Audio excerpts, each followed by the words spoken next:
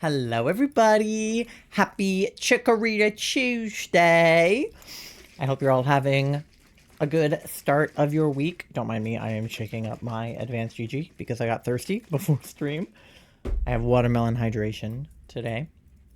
But let me check up on chat and see how everybody is doing. I'm not in the right place, am I? Hold on. I am not. Okay, hold on. Okay, Doe was first. Congratulations on being first. Doe, here is your cookie. I hope you enjoy. Ma, thank you for paying your daily loan. You're at 19,450. And Doe, you're at 605. You've been dethroned. Doe was here before you. I don't know what to say. Belly ache, but I think I'm just hungry. Get some food. You can't show me McDonald's fries. I can't afford them right now. Oh, did you have a McDonald's ad? Ew. We don't support McDonald's here anyway. You don't need McDonald's fries. It's okay. It's not your fault. I get hungry too much. Oh my god, real. I get hungry so often. It's a side effect of one of my meds that I just get like hungry. And ever since I've been on testosterone, even after I went off of it, I'm still just like ravenously hungry. I have the hunger of a man. Favorite mons are Weasel, Blitzel, and Rockruff. This is true. This is true. Tori, welcome in, cutie. How are you? I hope you're having a good Tuesday so far. How was work? I think you had work today. Okay, let me go... What if I go, like, here? It's Chase Tuesday! Is there one for all of them? Chase Tuesday, 13 Thursday, Foreman Friday, Wilson Wednesday. Who's got Saturday and Sunday? There's not one for Cameron, because there was no day since I would see, huh? Robin says thanks for letting her on the server. Yeah, we had fun with Robin today. We were playing some Minecraft with Robin. Alice Sunday for Cameron. Oh, I forgot her first name is Allison. I guess that makes sense. Alice Sunday. That's good. I like that there's a day for all of them. Who gets Saturday? And then Monday. Is it Foreman Friday. I was gonna say, because you do like Monday, but Foreman Friday. Who gets Monday? Is there a character that starts with M? What's the... No, that's Taub. Does he have a first name? Medical malpractice Monday. You know, if there's one thing that House loves to do, it's commit medical malpractice. So I can't argue with that, I guess. But like, in a cute way. He commits medical malpractice in a nice way. Definitely.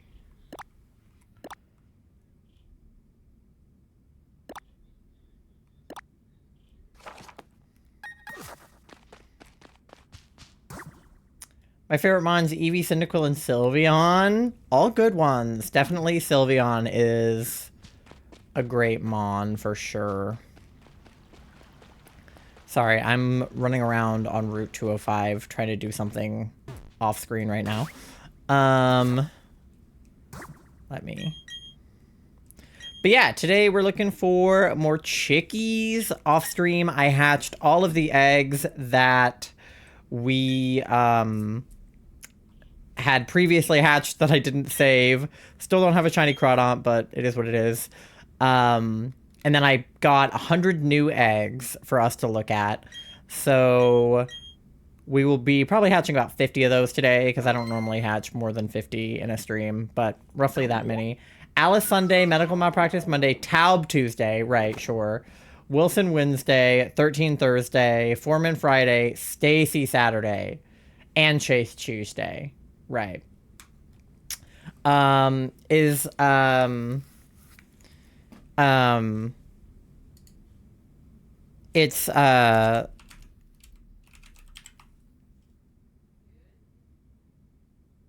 isn't that his... like ex-wife or wife or something, or like love interest. Isn't that who Stacy is? Yes. I'm not good with names. 10 stream streak. Let's go. Am I still in the wrong one? Oh, man. Okay. I was trying to get closer to the cave, but I don't think it's possible. But hi, Nando. How's it going? I hope you're having a good Chikorita Chewsday. All right. I might just have to... That is not what I wanted to do. I might just have to fly to... like, Eterna City.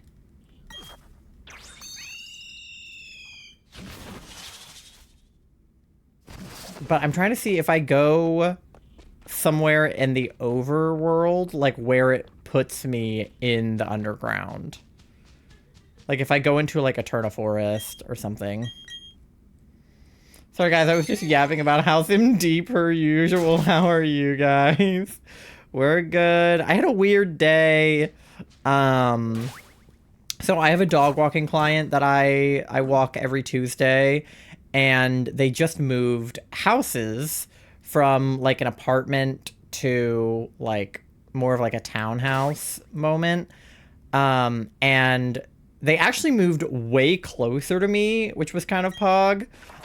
They used to live maybe like 15, 20 minutes from here, and they literally moved 5 minutes away. They like texted me when they were moving, and they were like, hey, we're moving. Would you still be able to get to us if we live in insert city? And I was like, I literally live in insert city. Like, that is the city that I live in. Like, you're actually moving closer to me if you're moving to insert city from old city. Like, you live closer to me now. So they ended up actually moving like 5 minutes from here, which was great because it means that I don't have to drive as far to walk this dog every day, or every week. But I had never been to their new house, so today was my first day going over. And so they sent me, you know, instructions because I knew how to get into their apartment, but obviously it's different with the new house.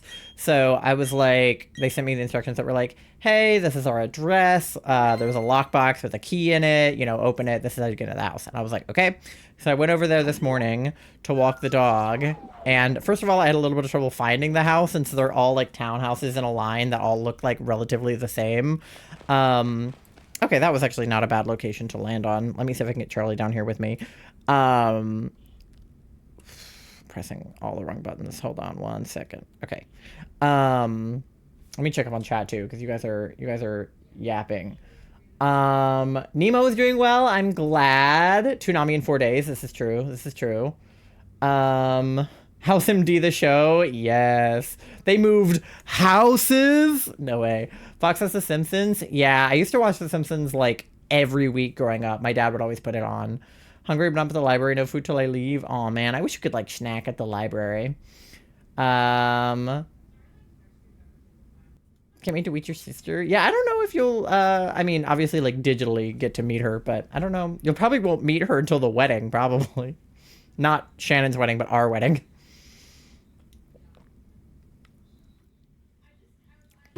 But Robin is super cool. Bob's Burgers. Yeah, I've never seen Bob's Burgers, but I heard a lot about it. Simpsons was renewed for 4 more seasons. That's crazy. I got a sneak snacks. Yeah, that's fair. Anyway, story. So they moved houses. They gave me the instructions. I go to their house. I got a little bit like all of the houses kind of looked the same. So I had to find the right one, but they had the same like welcome mat that they had at the apartment. So I was able to identify it by that. And of course, like the, you know, the house number, but more so just because I recognized that. Okay, I did not end up on the same server as Charlie, so we'll try again. Let me go up. But I open the lockbox and I get the key out and I put it in the door and I turn it and the key just like doesn't turn. I'm just like trying to like turn it and it won't turn. And I'm like, huh, that's suspicious. That's weird. And so I tried, you know, I was like, there were 2 locks, the top lock and the bottom lock. Okay, so I was like, maybe this one is the key for the other lock and it's already unlocked or whatever. And so I'm fiddling with this key for like 5 minutes. They have a Ring camera, not on their door, but on their neighbor's door, and it's pointed towards their door. So I was like, their neighbor can totally see me, what looks like breaking into their house right now. So I'm like jiggling this key and I can't get the door open. And a fun fact about me, which this is going to sound so stupid and I don't know what it is, but a fun fact about me is I wouldn't even call it irrational because I think in situations like this, it's entirely rational. But I have a somewhat irrational fear of like gates and like locks and like parking garage thingies. Anything that like opens and has a lock that's not like a door, but also sometimes doors. It sounds really stupid. I don't like see a door and go, door, but I think it's partially probably like the autism, to be honest. But like if ever I had to go over to a friend's house, and this happened relatively frequently with one of my friends, and they're like, oh, like we're having a party, it's in the backyard, come in through the gate. I would like have a meltdown. I would literally go up and I would stand outside of the gate and I would wait until somebody else would come, or I would make my friend come to their own gate and let me in. I would not touch the gate or try to open it. Which sounds insane, but I just wouldn't. I just would not open their gate. It also happened when I was a kid at the pool. Our pool had like a gate that you had to open, and I refused to open that gate. Like I would make anybody else open it. And I'm pretty sure it's because in my head, I like would open it wrong. Like I think in my head, because gates all open differently, right? Like some of them, it's like you pull up or you pull to the side or you have to like turn something or like whatever. And like for some reason, I think I had fiddled with enough gates and not gotten them open successfully and like felt stupid or thought I looked stupid or had somebody come up and be like, why can't you get the gate open? Where I think that happened enough in my childhood that I just developed this sense of like, I'm just never going to open a gate ever again. Like, I'm just not going to. So I just don't. I just do not open gates. If I ever have to drive into a parking deck and it's like one of the ones where you have to like get a ticket or whatever, I like have a meltdown because those are also all different. It's like, do I get the ticket first or do I like pay here and do it later? Or like, there's like so many different variations. And I also have a fear of going up to one of those gates, like driving up to one of those gates at a parking deck, not being able to get the thing open. And then there's like a line of cars behind me and I can't turn around. Just talking about it makes me want to throw up. Like, I know it sounds dumb, but it's genuinely just one of those things where if I can't figure it out quickly, I shut down and I think it's just impossible to open. Even if it's like a relatively simple mechanic, I will convince myself like this gate can't be opened. It's not possible. I'll just never try. So luckily I had some good friends in high school who one of my friends, he had a gate in his backyard and that was how you got into his house. And he came and he got me at the gate every single time. So I never opened that kid's gate. I went over to his house 100 times. I never opened his gate, not once. I always had somebody else do it for me. And he didn't care. He was super nice. He didn't mind. He was always like, yeah, I'll just come get you. It's fine. But anyway, back to this morning. First of all, I was worried I wouldn't be able to get the lockbox open because that's one of those things where it's like you can mess it up. But luckily their lockbox on their door was a lot like the lockbox that we have on our door. So I was able to get it open without issue. I open the lockbox, get the key out, but I put the key in the door and it doesn't budge. And so I'm in my head thinking, I'm doing something wrong. I am failing to open a door, which is an incredibly stupid thing to not be able to do, right? Like, it's human 101 to be able to open a door, to be able to unlock and open a door, right? So when the key doesn't turn, I'm like, fuck, the door can't be opened. Guess I'll die. I'll just die right here in front of this door because it's unopenable and I'm never going to get in. So I called Charlie and I was like, Charlie, I FaceTimed them. I showed them the door in front of me. I was like, how do I open this door? And they were like, put the key in and turn it. I was like, it doesn't turn. And they were like, pull the door towards you. And I was like, okay. And I tried that and that didn't work. I tried both locks. I tried, you know, every way that you could open a door, I tried. And the door did not come open. Oh, I think Charlie and I are on the same... No, wait. We're on 2 different ones. But we have, like, almost the same number of Diglets. Oh, wait, that's so weird. Okay, wait, let me see if I can get Charlie on this one. Because I'm at 33 on this one. So we're about to have shiny time on this one. Let me... Boop, boop, boop. Sorry, I'm, like, multitasking, and I can't tell a story and do this at the same time. Which I know is a skill you think I'd have. But anyway...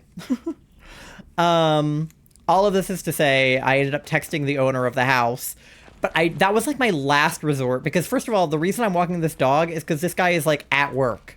So I don't want to interrupt him when he's at work and ask him how to unlock his door. Like, that's a skill. Are you supposed to see the game? No, I'm just doing stuff in the background. I'm playing on Charlie's Switch, so it's like down here, so you guys can't see it. Which is why I'm just trying to get us both on the same server, which is like weirdly harder than it should be to do. But yeah, that's the situation. So anyway, I text the owner of the house. Wait, it just said moth entered. Wait, we're on the same one. We did it. Okay, all right, now I can show you the screen. Okay, I got me and Charlie onto the same one. It just took a minute. It finally said moth entered the underground. Okay, cool. We did it. So I text the owner. I'm like, hey, I put the key in your door and it didn't unlock. What do? And he calls me and he's like, that's so weird. Like, what do you mean? And I was like, when I put the key in, it just doesn't turn. And he's like, it doesn't turn at all? And I'm like, no, it just didn't turn at all. And he was like, okay, no problem. We have a door to our patio. Can you unlock that door instead? And I was like, I can try. So I go over to the patio and I try that door and I managed to get the bottom lock unlocked. And so I have hope. I'm like, oh my God, I got the bottom door unlocked. I can get in. But I try the top lock and the same thing happens. I put the key in and it doesn't turn. And I'm like, okay, I still can't get in. Like, I can't even get into the patio. Is this moth space? Okay, great. And he's like, okay, I mean, our garage is around back. I would let you in there, but, for whatever... Oh, hello? Why is it sparkling? Hello? But for whatever reason, he couldn't let me in the garage. So he was like, don't worry about it. I'll come walk him on my lunch break at work. And I'll put the right key in so that you can get there. Because I walk him twice a day. So he was like, I'll make sure that it's right for when you walk him this afternoon. And yeah, it might be the wrong key. It turns out that it was. Oh, Doug Trio. Okay, wait, we gotta go. We're at 38. Oh, we gotta go get the chickies. Ah, okay, we're already at 40. Fuck. Oh, I'm not in the right cave. I mean, technically there can be Chikoritas in this cave, but this isn't the one. I'm gonna try to, like, sprint to the other one. Anyway, yeah, it turned out to be the wrong key, and I wasn't just stupid. But in my head, I was like, this is entirely my fault. So I kept apologizing to him, and he was like, no, I'm sorry. I must have given you the wrong key. Like, you know, whatever. But because it was fitting into the lock and just not turning, in my head, I was like, if he'd given me the wrong key, it wouldn't go in. Even though I know that's not true. Like, keys that are similar will often fit inside the same lock, but, like, only the right key will turn it or whatever. So, yeah, anyway, it turned out to have been the wrong key, but, like, I had a full meltdown, and the whole thing is on their neighbor's Ring camera. So I hope that their neighbor enjoys that footage of me just having a panic attack because I can't open a door. And the poor dog, he could see me when I went up to the patio door, like that was like a glass door. So he could see me come up to the patio door, and I knew he knew that I was there to walk him. So he was just like looking at me through the patio door, and I was like, I'm sorry. So that happened, and thank God it was just the wrong key. And he actually was nice enough. He paid me anyway for the walk, even though I didn't walk the dog, but I had, you know, I would say driven all the way there as if it wasn't like a 5-minute drive, but, like, theoretically, it wasted some of my time because I stood there for like 10 minutes trying to get a door open. But, oh, Chikorita, let's go. Shiny. Ah, wouldn't have been great if it was shiny first try.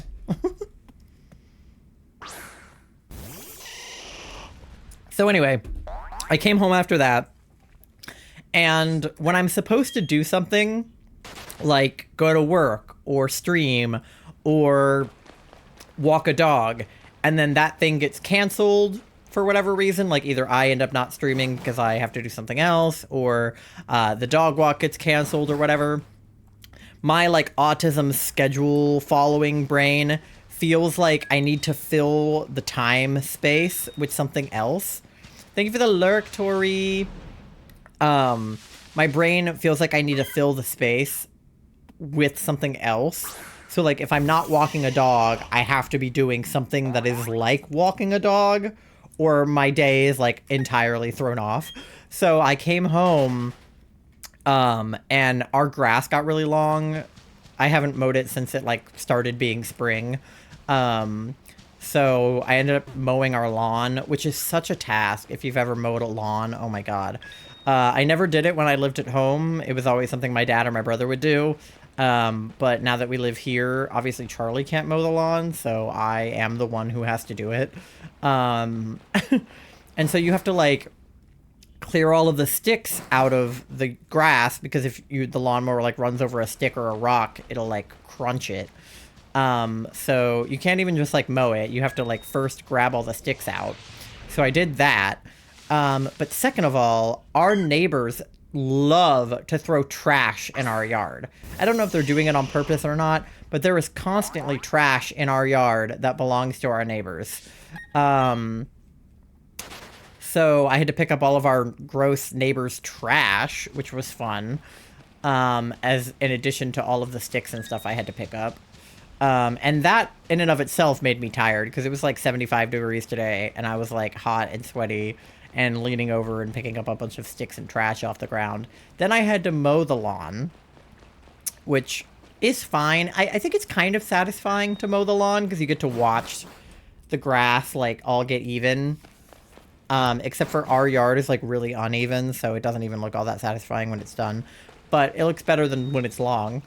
But halfway through me mowing the lawn, there was a bee in our yard the whole time. Aw, the whistle blew. God damn it. So there had been a bee in our yard the whole time.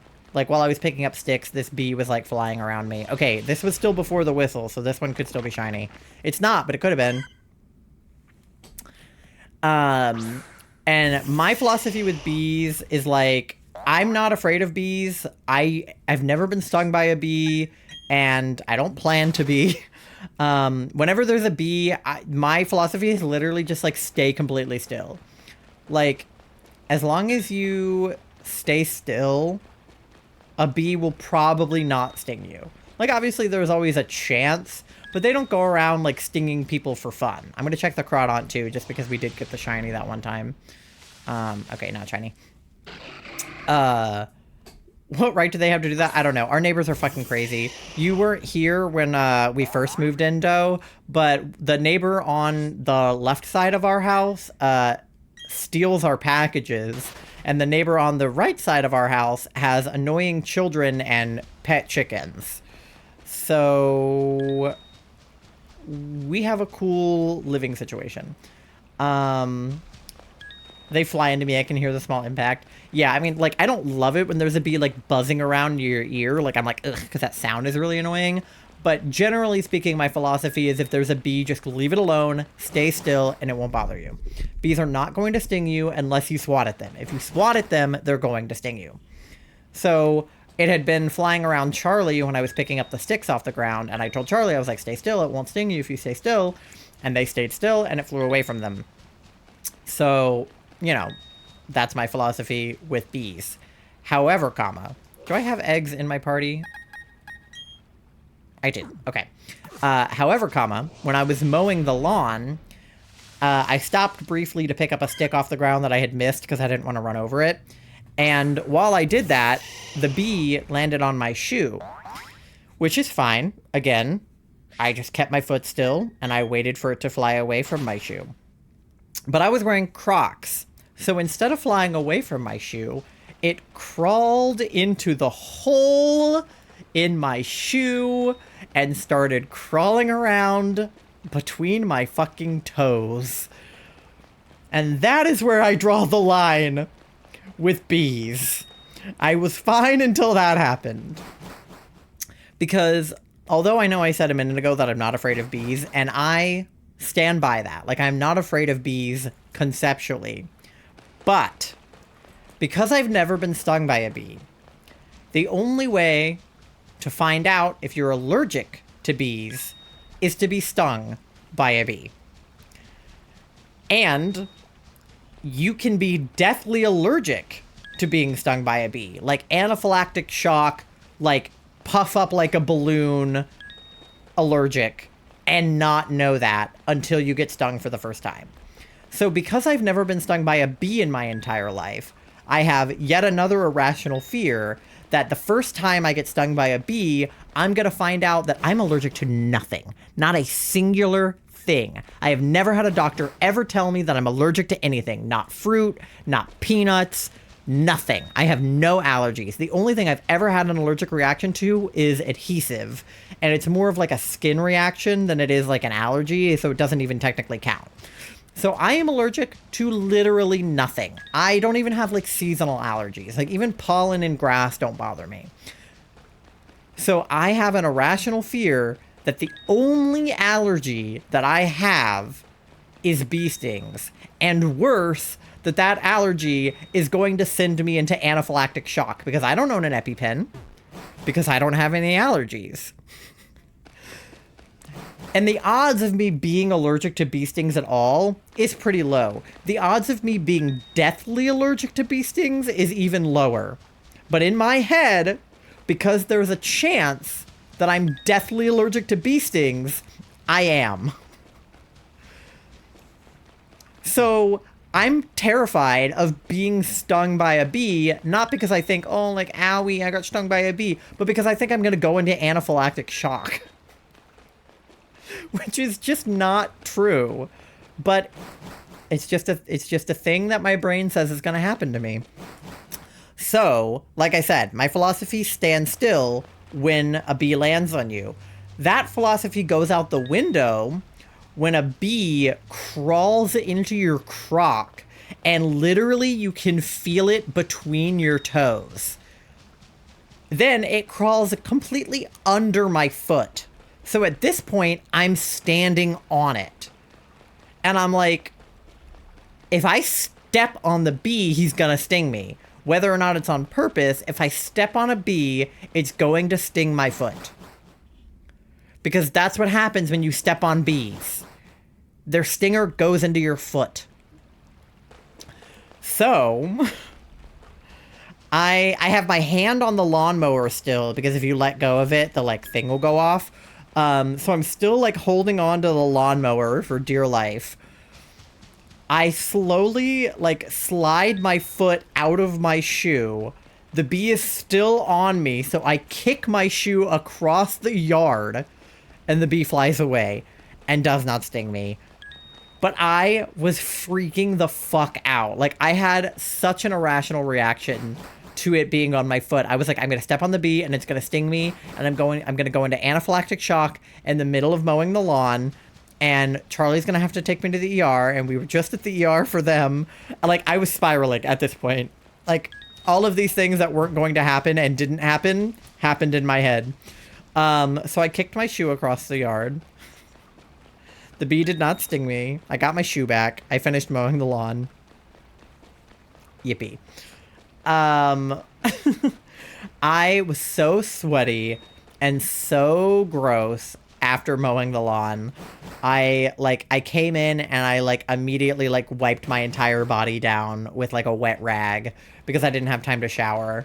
So I just like wiped my whole body down with a wet rag and then laid down and worked on some work stuff I had to do. And then I had my afternoon walk with the dog.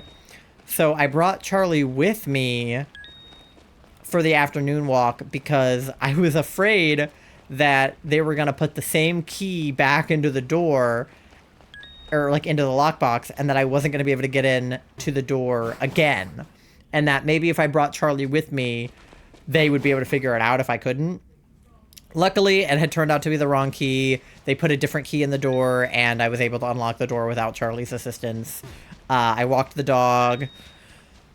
Walking the dog, it's a 30-minute walk that I do for him twice a day. So I do like an hour of walking every day with this dog. And it used to be at his apartment complex, I would just do like 2 laps around the apartment building would equal roughly 30 minutes, depending on how fast he was walking. And it was all completely like a flat surface. So it was never that strenuous of a walk, and I didn't have a lot of problem doing it. I've been stung by yellow jackets, hornets, and a wasp. I'm thankfully not allergic, but I had like 3 hornets sting me just above my brow a while ago. Ugh, hornets are the worst. I've been stung by like jellyfish, but I've never been stung by like a bee, a wasp, a hornet, really anything that like flies. I mean, obviously like mosquitoes and stuff have bitten me, but I've never been stung by like a bee or anything in the bee family. Knock on wood because I don't want to start. But yeah, luckily I've never been stung by anything like that.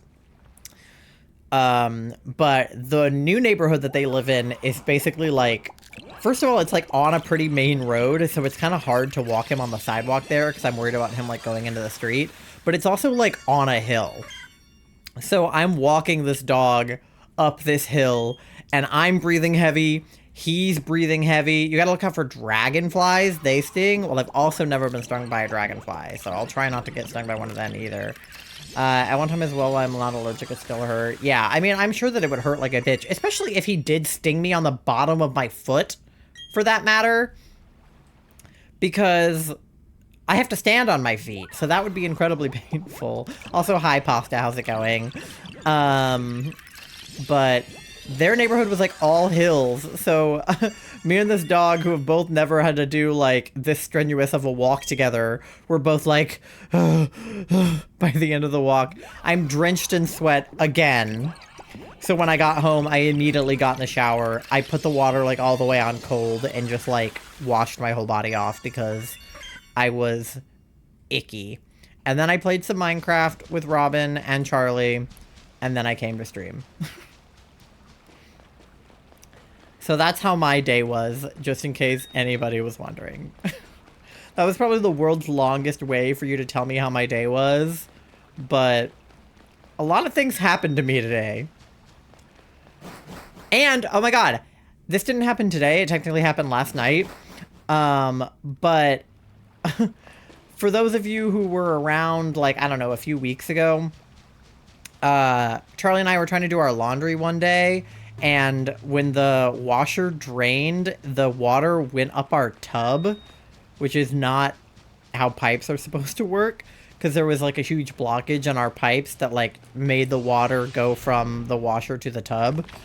Hunting as per usual. What you hunting? Your day is important. Thank you. So that was really weird, and we had to call the maintenance people to come fix it. And it turns out it was like a really complicated clog, and it was like really far down in the pipes. So the maintenance guys were at our house for like 2 full days, working on our pipes, which was really annoying. And they had to like completely like rip out our toilet and like pull the pipes from like under the ground. It was really a whole ordeal when that happened. So we were like, oh good, they fixed our pipes and now they won't have to come back, yippee. Last night, we're doing the dishes and our sink won't drain. And we're like, ah man, something probably went down the sink drain. Like, let's turn on the garbage disposal and see if we can get it out. We turn on the garbage disposal, nothing happens. The water still won't drain. And we're like, okay. That's fun. And the dishwasher was running, and we were watching TV in the other room. And halfway through the episode, I went to go get something to eat or something to drink. And I walk into our kitchen, and the floor is covered with, like, soapy water because our dishwasher was, like, spitting soapy water out the bottom of it. Because I think it wasn't able to drain, probably because of whatever is in our pipes. So now we have to call the maintenance people again, because instead of our, like, washing machine pipe being clogged, our sink pipe is clogged, and our dishwasher spit all over our floor.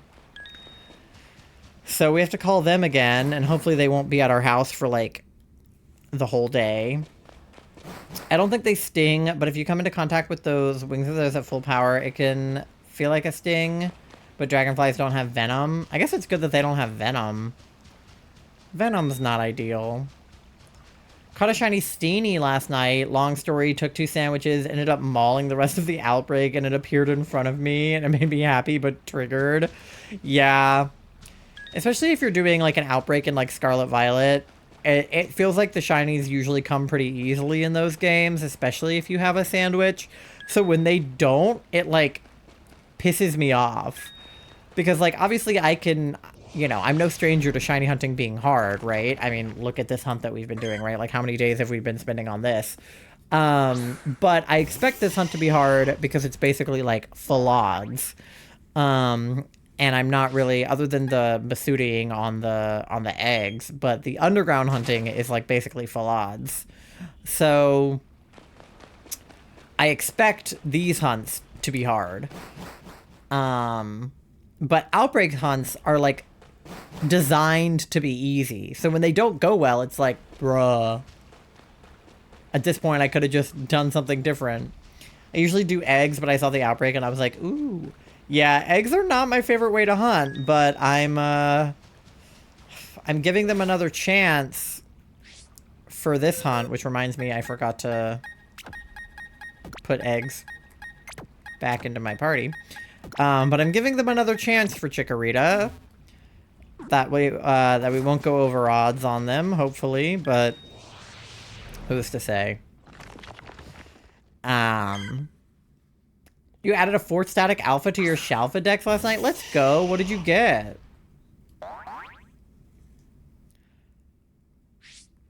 Alright.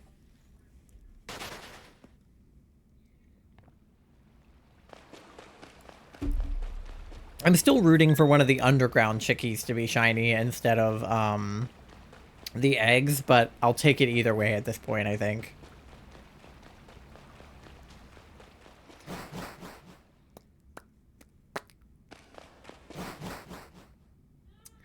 But I hope everybody had a good Easter for those who celebrate. I know I saw some of you on Sunday night, but anybody who I didn't see, I hope you had a good Easter, a good 420. I hope you guys had a good Earth Day. I think it was Earth Day. Was it today or yesterday? It was Earth Day at some point. Today I got a shiny Palmy and Palmo, trying to evolve Palmo, and I'm losing my mind with the 1K steps. It's so slow. Yeah. Static Gyarados in Lake Verity.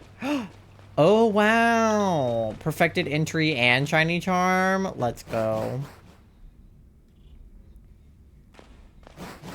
That's a good shiny. I love shiny Gyarados. I need to get one because I actually don't think I have a shiny Gyarados in anything.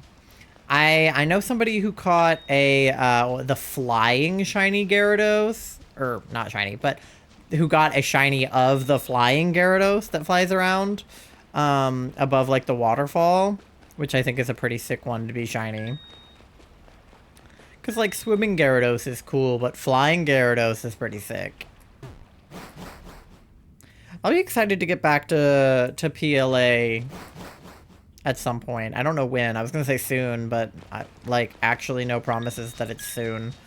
I don't know when it will be. Because now that we're done with Banjo-Tooie, we can bring our DA hunts back, because that's what we were doing before Banjo-Tooie, and then I put the Latios hunt aside so that we could do the Banjo-Tooie.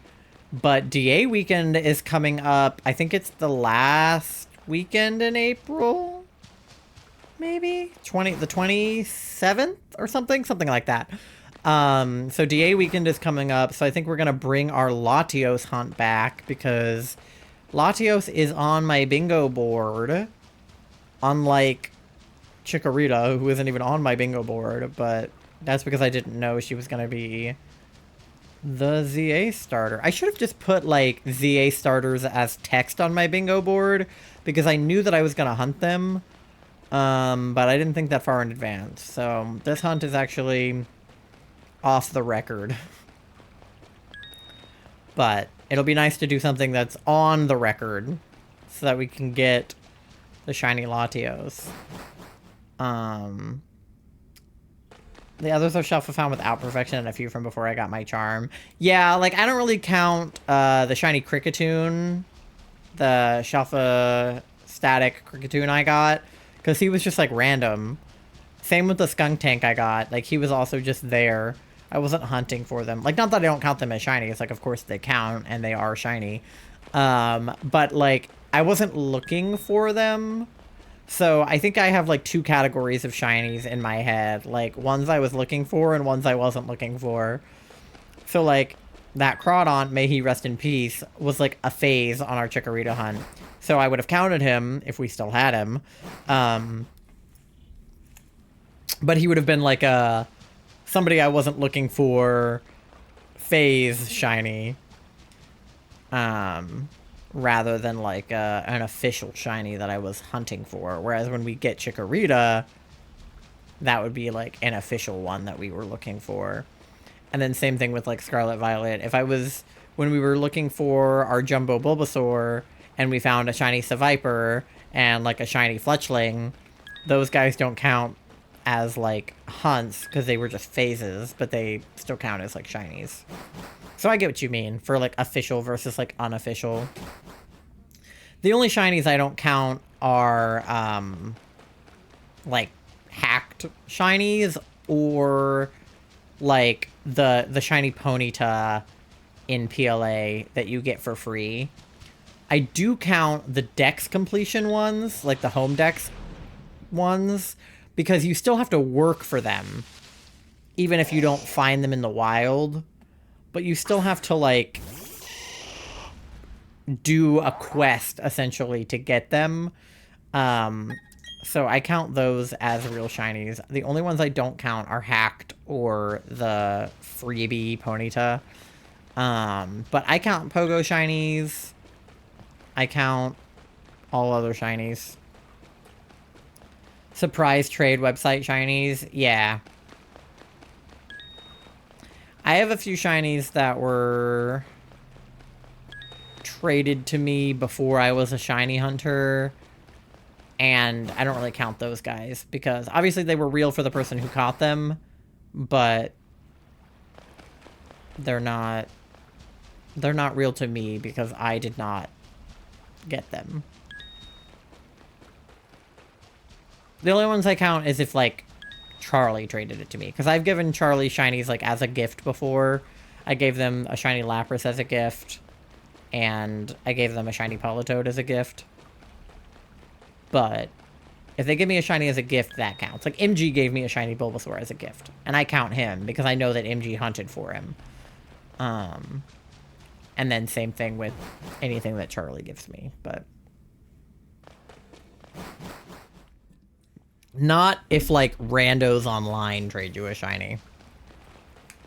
Those don't count. At least not towards, like, you know, something that you're completing, I guess. It's not like I'm working on a dex of any kind. I have 0 plans for any kind of shiny dex, living dex, alpha dex, anything like that. I have absolutely 0 plans for something like that. Gyarados was female and named Rose. That's a good name.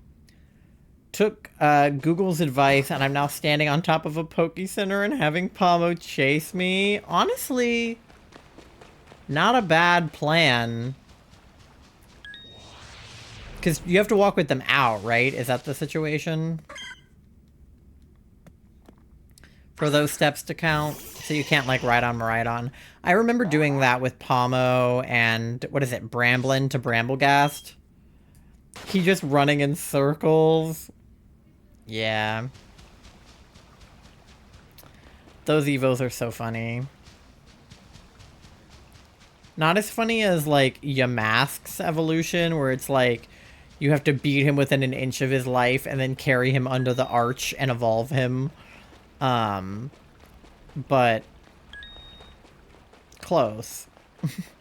Or like Basculegion, where you have to like beat up Basculin. Alright, we're already back to 33 out of 40. The people I'm online with right now are busting their asses. So I appreciate that. Appreciate the hard work coming from the online randos today. I feel like the online randos were slacking last time. So I'm glad to have helpful online randos. Reminds me of like an old zombie game. It's trying to reach you, but it can't. I remember that Evo. I felt so bad for my Basculin in PLA. It's like so mean. It's like you have to take, you know, 200 damage and you can't die and you have to heal, and, you know, it's like, Jesus.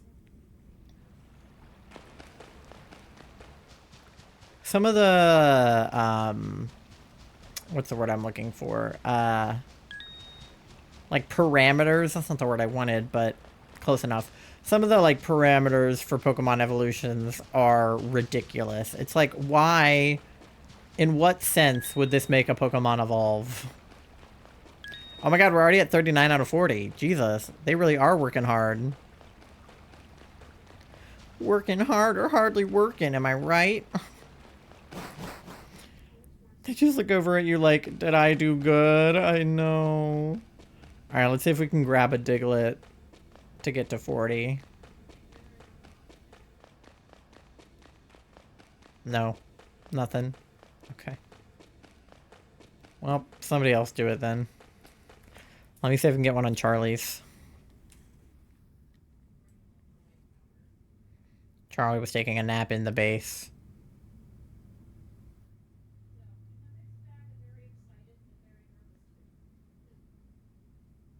Anything? There's one. Okay, go. Here, let me just go put Charlie up against a wall so it looks like they're digging. Okay. Chicky, chicky, chicky, chicky, chicky, chicky, chicky, chicky. Oh, there's a Crawdon. We'll have to check him.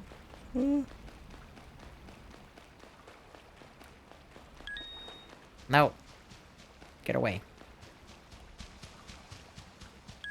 No. Ugh. Are there any chickies in here? Where are the chickies at? No chickies? Okay, damn. Run into the Crawdon then. Are you shiny? No. Damn it! Now I kind of want a shiny Crawdon to make up for the other one. Diglett, dig, trio, trio, trio. Real. Focus Sash? Yeah, Focus Sash definitely helps. Anything like that, or like Sturdy, anything to keep them from killing themselves is useful in that situation.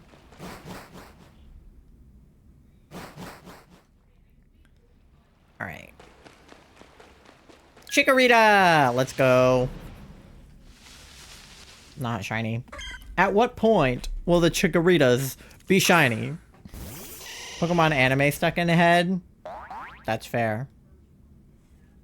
My dad, this is how I know that my dad is autistic. There's a lot of things that make me know that my dad is autistic. But one of the things that makes me absolutely sure that my dad is autistic is because the man has, like, vocal stems just like I do. And one of the vocal stems that my dad developed when I was a kid, when I played Pokemon Stadium religiously, was whenever like a Diglett or a Dugtrio or really any Pokemon with like Dig as a move would go underground in Pokemon Stadium, the announcer will go, "It dug a hole." And my dad loves that so much, and it became a vocal stem of his that whenever I was like talking about Pokemon, he'll go, "It dug a hole," especially if it's like a, you know, like a Dugtrio, a Diglett, anything like that. And then the same thing is true for Pokemon that can learn Fly. The announcer will go, "It flew up high," and my dad loves that, and he would say that too. Really anything that the announcer voice in Pokemon Stadium will say. Oh, we gotta check the crowd on. My dad likes. Is mayonnaise an instrument? Yes. I'm back for now. Okay, welcome back. Dugtrio. Trio. Diggly, diggly, diggly, dig. But my dad, like, passed that vocal stem on to me. Because, like, I don't know that I would have developed that as a stem if not for him. But because he says it, I say it.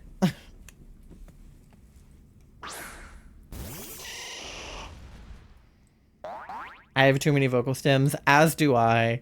And now that I'm also engaged to another neurodivergent person, like, I have... Oh my god, there's so many! Wait! I have a vocal stem, Charlie has a vocal stem, and then we go back and forth, passing our vocal stems around.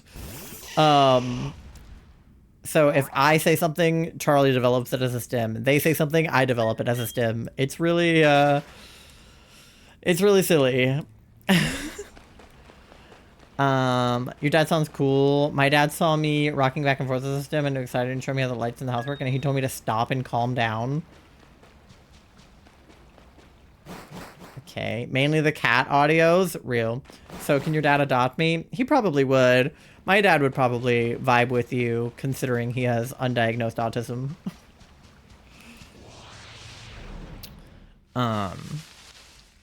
But, yeah. My dad's cool. He, there's a whistle. He does a lot of autistic person things, and he doesn't realize it. And I didn't realize it until, like, not even, when I was diagnosed as autistic, but when I realized that my autism was genetic. Because obviously I knew that autism could be genetic, but it isn't always. Because obviously, like, it had to start somewhere from someone not genetically. But I was like, okay, you know, I probably just got it from being, you know, wacky. And then it was like, the more I think about it, I was like, because my mom is not autistic. Like, you know, anxiety, sure. PTSD, sure. But I was like, my mom doesn't seem autistic to me. You know, that doesn't make sense. And I was like, surely my dad's not the autistic one. And then I thought about my dad for 5 minutes, and I was like, oh my god. My dad is the autistic one.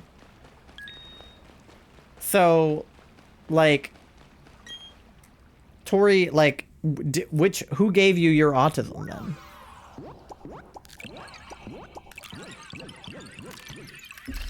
Sad Billie Eyelash cat. Meow, meow, meow, meow. Meow, meow, meow, meow, meow. That one. And I had to start somewhere. Whatever egg birthed all humans had at least like 1/3 autism. Exactly. Oh, creepypasta. I love creepypasta. I used to love that. Totally cool. I prefer to refer to it as noodles. Wonderful question. I think they got my autism on sale at the autism store. Okay, no joke. I say the autism store all the time. I constantly make jokes about like, oh, I went to the autism store and I got a new stem or like whatever. I constantly reference the autism store. I definitely got it from my mom, but my dad might have something on the spectrum. Could be both. Autistic people love to find each other without even knowing. Like, me and Tori, like, didn't know that we were both autistic, and B didn't know and isn't still entirely sure that she's autistic when she met me, but she thought I was autistic when I wasn't even diagnosed. I am my mother's child in a lot of aspects, but my dad is also very neurodivergent coded. Difficult decision. I miss B. B is great. I love B. We talk sometimes when she's not busy. But yeah. She lives kind of far away now. Not like far, far, but in a different part of the state than we used to live in. Still very intimidated her by B? Have you seen her? She's like the least intimidating person ever. She's literally just a baby. She's just a girl. Just an autistic little guy. Literally nothing to be intimidated by. Who's my favorite creepypasta? Oh. I like basic answer, but probably Slender Man. I was really into Slender Man in middle school. Like, he's probably not my current favorite, but when I was like 12, Slender Man was absolutely my fucking favorite. Like, I was obsessed. I mean, I loved like Slender Man, Jack the Ripper, like all the classics. But Ben Drown's pretty good. B is my best friend from elementary school. We met in like 2nd grade, and pretty much have been inseparable ever since. And me and B met Tori at the same time on like Minecraft Twitter in like 2013 or something. If we say B, that's who we mean. She's the sweetest marshmallow human ever, but I used to look up to you guys because of Minecraft YouTuber age, and my brain has not grown out of it. I still think you're too cool to talk to me sometimes. Would I talk to you more? B, I haven't talked to you in a while. I'm definitely not too cool to talk to you. I think that B is probably too cool for most of us, but luckily I got her when she was young. So I don't think that she... I don't think that at all points in our lives, B and I would have become friends, but I think because we did become friends when we did, that we won't not be friends ever, because we tried that and we hated it. But, yeah. Classic, yeah. Slenderman, I love him and Laughing Jack as well. Ooh, yeah. I was just really into all of the Slenderman creepypastas as a kid. I read the shit out of those. I got her when she was young. Yeah. Now she's way too cool. Like, she has like a web comic and got like a degree in graphic design, and like her art is way too good. Like, way too good. That's the one thing about her that's intimidating, is how fucking good at art she is. Like, I couldn't even try to be an artist because she's too good at art. It's like, very proud of her always. She's incredible. You should definitely talk to her. She's great. I just hit her up randomly, and I'm just like, hey. Like, I made that YouTube video with her last year.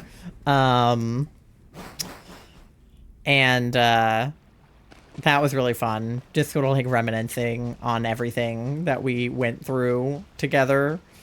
Because, God, our lives are insane. Start a group chat. We need a group chat with the original Backplane gang. Like me, you, Natalie, B, Shannon, and then like add in partners. So add in like Dylan, Charlie, and like Noah, and then we all play Minecraft. Honestly, if you invite B to the server, she'd probably play. B loves Minecraft still, I'm pretty sure. Actually make Charlie start the group chat. Charlie is the extrovert. Charlie is the extrovert. Here's the thing. Something that I learned You mentioned backplane, but I don't think I was ever on backplane. Yeah, but like backplane adjacent. Like you and I don't even think Shan, I don't know if Shan was on backplane either, but like I met people on Twitter because of backplane. Backplane era. Yeah, like backplane umbrella era. Even if you weren't actually on the platform, it's not important. Because some of you I met on Twitter, some of you I met on backplane. But, like, it's all the same. It's all the same people. It's the same general group and concept. But, yeah, something that I figured out when I started dating Charlie is how similar Charlie and B are to each other. And how, like, I had more of a type than I realized. Because if you had asked me before I started dating Charlie, like, I would tell you that I don't have a type. And I believe that to be true because I don't have a physical type. Like, it's not like, oh, I'm into blondes or I'm into tall guys or whatever. Like, I do not have a type. If you look at my crushes over the years, there's very little in common between them physically, except for, like, small things. Like, oh, some of them had freckles. Some of them had the same color eyes. Like, whatever. But if you put Charlie and B next to each other, it's like carbon copies. Like, it's crazy. They're not, like, identical, but, like, a lot of the things that I like about B are present in Charlie and vice versa. And I was like, it's what made me realize that I probably did have a crush on B when I was in elementary, middle school, and didn't know. Was having a crush on Charlie, I was like, wait a damn minute. And then B found out in the same sense that their current partner isn't necessarily, like, similar to me, but, like, we have a lot of the same traits. And, like, I'm pretty sure we both found partners that reflected each other because of the crushes we had on each other when we were in middle school that we weren't able to act on. We just, as adults, found people that reminded us of each other and then dated them. Which is fucking nuts. Also a different B. I'm not good with art either. You saw my style. I liked it. Listen, I think that just because your art style is different than other people's, like, doesn't mean it's not good. Like, I think all styles have a place. Am I the only single one from our group? I mean, I think Natalie is probably still single, right? Unless Natalie has a partner, you're not the only single one. And in your defense, you were in a long-term relationship for a while. So, like, you being single right now, I think is probably the right thing for you to be. Because you haven't been single for very long. You're still not at 1K. Run, Pomo. Run for your life. Like, I think being single is probably right for you right now. Considering you're not that far out of the breakup. Like, you've not, like, you've been in a relationship for more of your adult life than you've been single. Correct?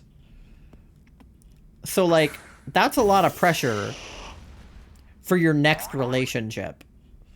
So, I think that single is not a bad thing to be. I needed to be single for a while when I was in college. Like, being single, I think being able to, like, kind of date around and, like, kind of look at the dating pool and realize I'm not into it because I'm fucking arrow. But having the opportunity to look at that, I'm this close to leaving them in a box forever. No. People always, I think, demonize being single. Like, oh, don't you want to be in a relationship? Like, being single is so boring. Being single is so sad. Like, no, being single can be fun. Like, you can do fun things and be single.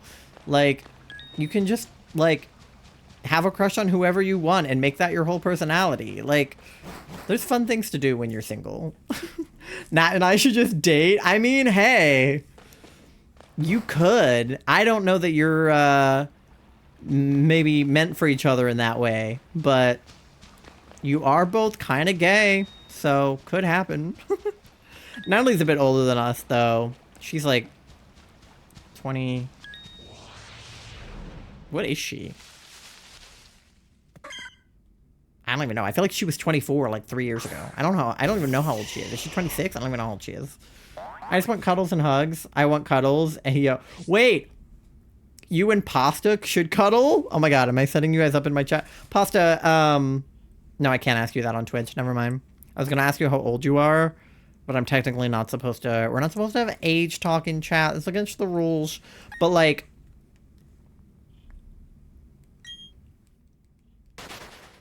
if Tori is roughly my age and I am roughly 23, how old? Okay, 20, almost 21 next. Okay, so that's like not bad. We're not, that's not too bad of an age difference. You guys swing both ways? Ayo. Not awful? Yeah, that's not bad. I mean, 21, 23 is like, that's like nothing. That's, I mean, Charlie and I have, I mean, that's like nothing.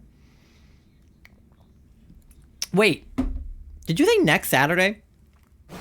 Like, wait, this Saturday, like the 26th, or the Saturday after that?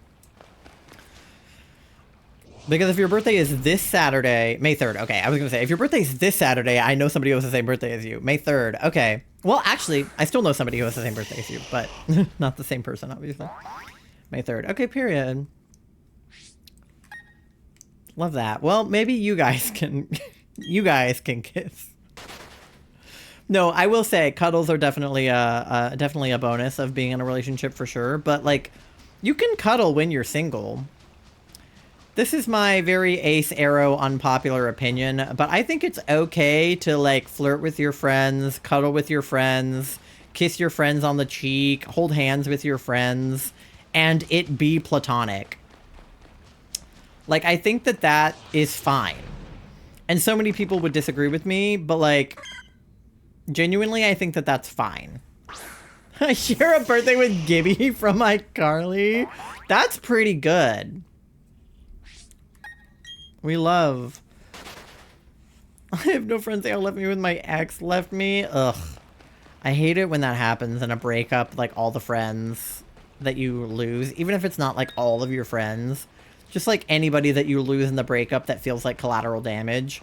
That was one thing that I was so worried about. Twice I got into a situation where I thought I was going to lose the same friend in a breakup because I used to be in a 3-person friend group with my best friend Kat and a guy, and then me and that guy had a situationship that fell out, and then we don't really talk anymore, and I was worried that it would like mess up the friend group and that I would lose my best friend, but I didn't. Then I started dating Charlie, and Charlie and I got introduced to each other by the same mutual friend. And so I was like, if Charlie and I ever break up, like, I feel like she would pick Charlie in the breakup because they knew each other first. And so luckily Charlie and I are not breaking up, but like twice I was like, I'm going to lose my best friend over this breakup. I agree, it should be considered platonic. Yeah, I mean, as long as it is platonic. Like, obviously, if you're someone who's in a relationship and you're, like, cuddling with a friend and you're, like, attracted to that person or you're touching them in a non-platonic way, that's one thing. But I think if you're single and your friend is single and you guys aren't dating or don't plan on dating or don't necessarily have crushes on each other, or even if you do, but you haven't verbalized that, it should be fine to, like, cuddle platonically. Like, me and Charlie are in a relationship, but if Tori and Charlie cuddle at the, you know, in the hotel at the wedding, I'm not gonna be like, oh my god, that's, how dare you, you know, because, like, I know that it's platonic because they don't like each other like that. High school sweethearts together for 5 years broke up with me on my birthday is crazy. What the fuck? I am so sorry. That's awful. That's, like, genuinely a fucking fear of mine, is having a relationship that lasts that long and then breaking up. Like, when people are like, oh, I was with my whoever for 10 years and we broke up. Like, what do you mean you broke up? Like, because I think about me and Charlie, we've only been together 3.5 years, like not even 4 years. And like, I cannot imagine breaking up with Charlie because our lives are so intertwined. We live together, like we do everything together. We talk every single day. Like we share belongings, you know, like I can't actually fathom the logistics of a breakup. Like I was talking to them about this the other day, like trying to decide like who gets custody of our pets. Like I would throw up. I would literally throw up. He was just in a really bad place. We talked about our future family out of the blue. He was looking at houses. He's married now. Not even been broken up for a year. He got married within a year of breaking up with you?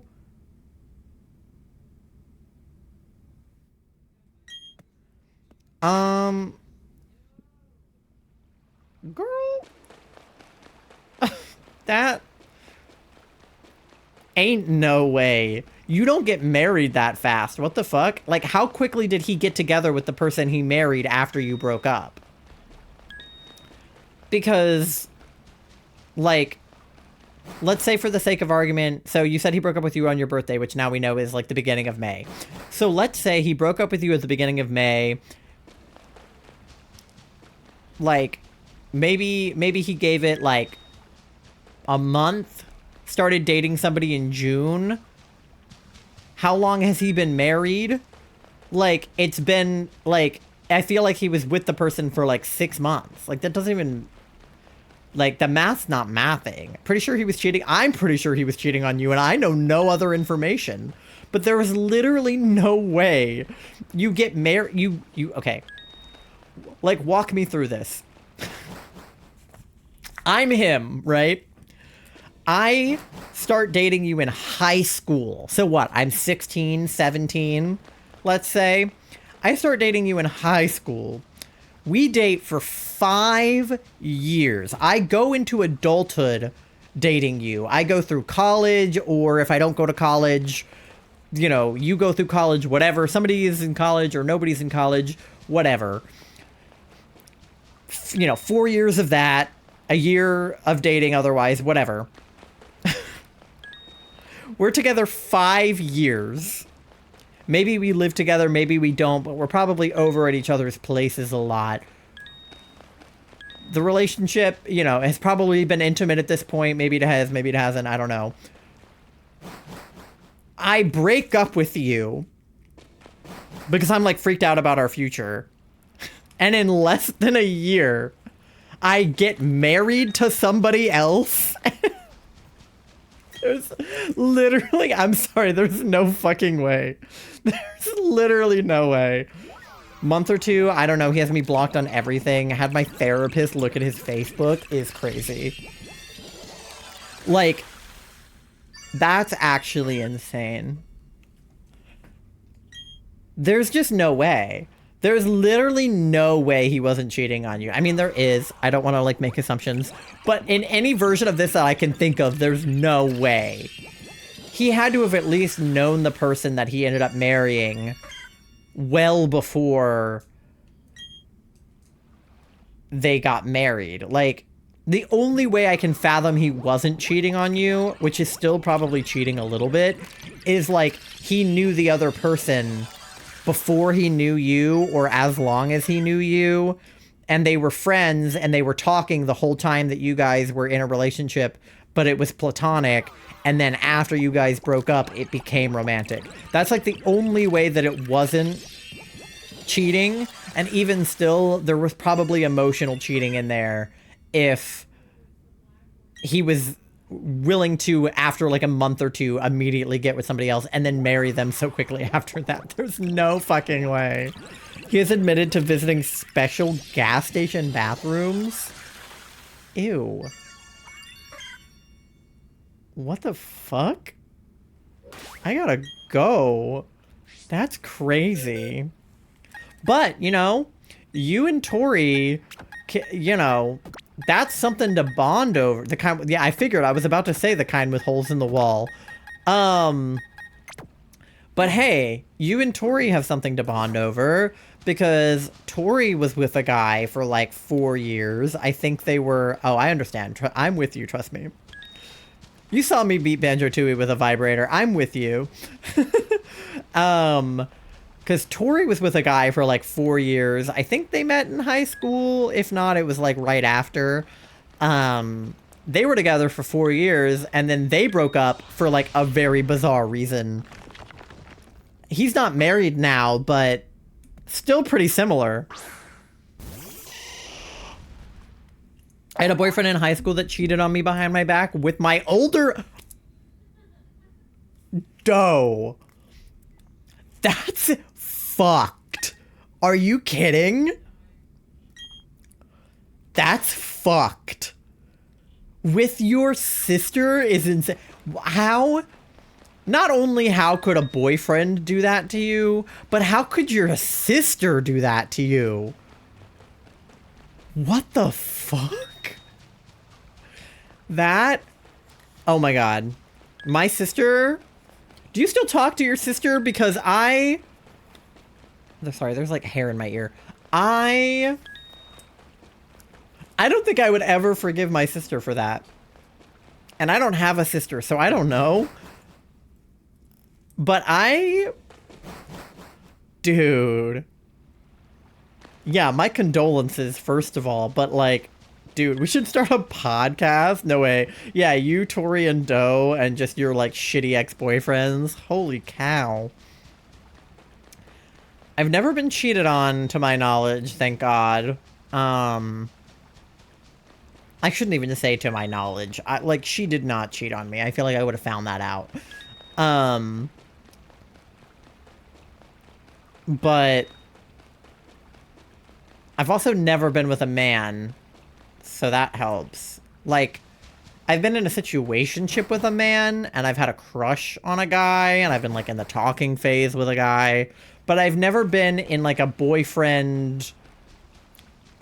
Dare I say boyfriend, girlfriend, because I'm not a girl, but, like, a partner relationship with a man. So, I think I dodged a bullet there. And this is why Tori has gone, like, full gay, because men are the worst. I've been constantly cheated on in most of my past relationships. That's awful. Because that does something to you as a person. Like, thank God you're in therapy. Because I would be like, what the hell is wrong with me causing these people to cheat on me, even though it's nothing with you, right? Like, it's totally their issue. But I feel like in your head, you have to have the thought, like, what the fuck am I doing to be cheated on this much? You know what I mean? I hope that you don't have those thoughts, but that's the thoughts I would be having, for sure. I would definitely have self-image issues after that. I mean, being cheated on is awful regardless, but... One of my exes had a baby mama he didn't tell me about until after we broke up. I mean, okay, listen.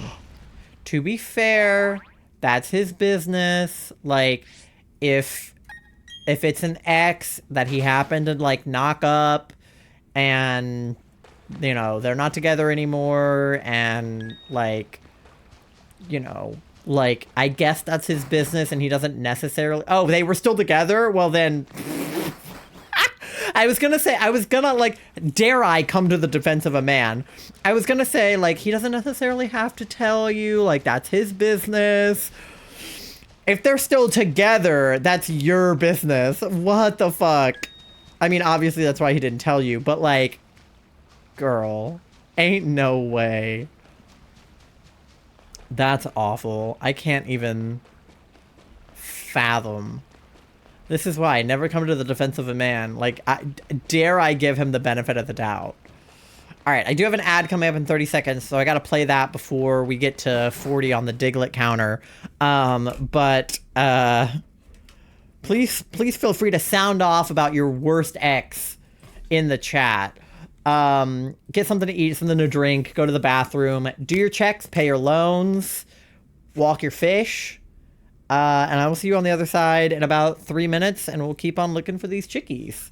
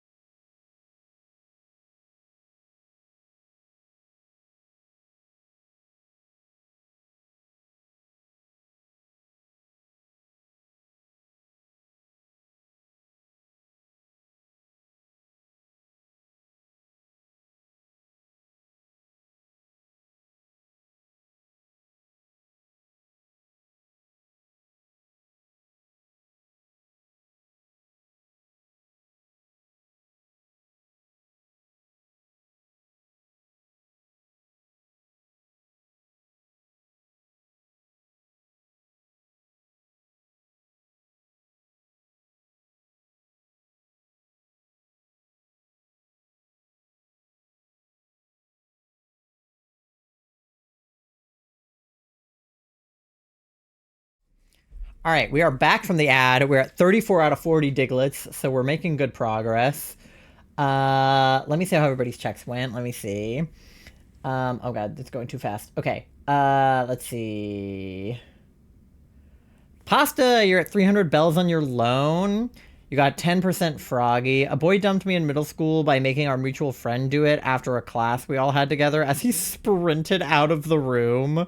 Jesus. My middle school boyfriend is a whole other story. Probably can't say most of it on Twitch. In middle school? Damn.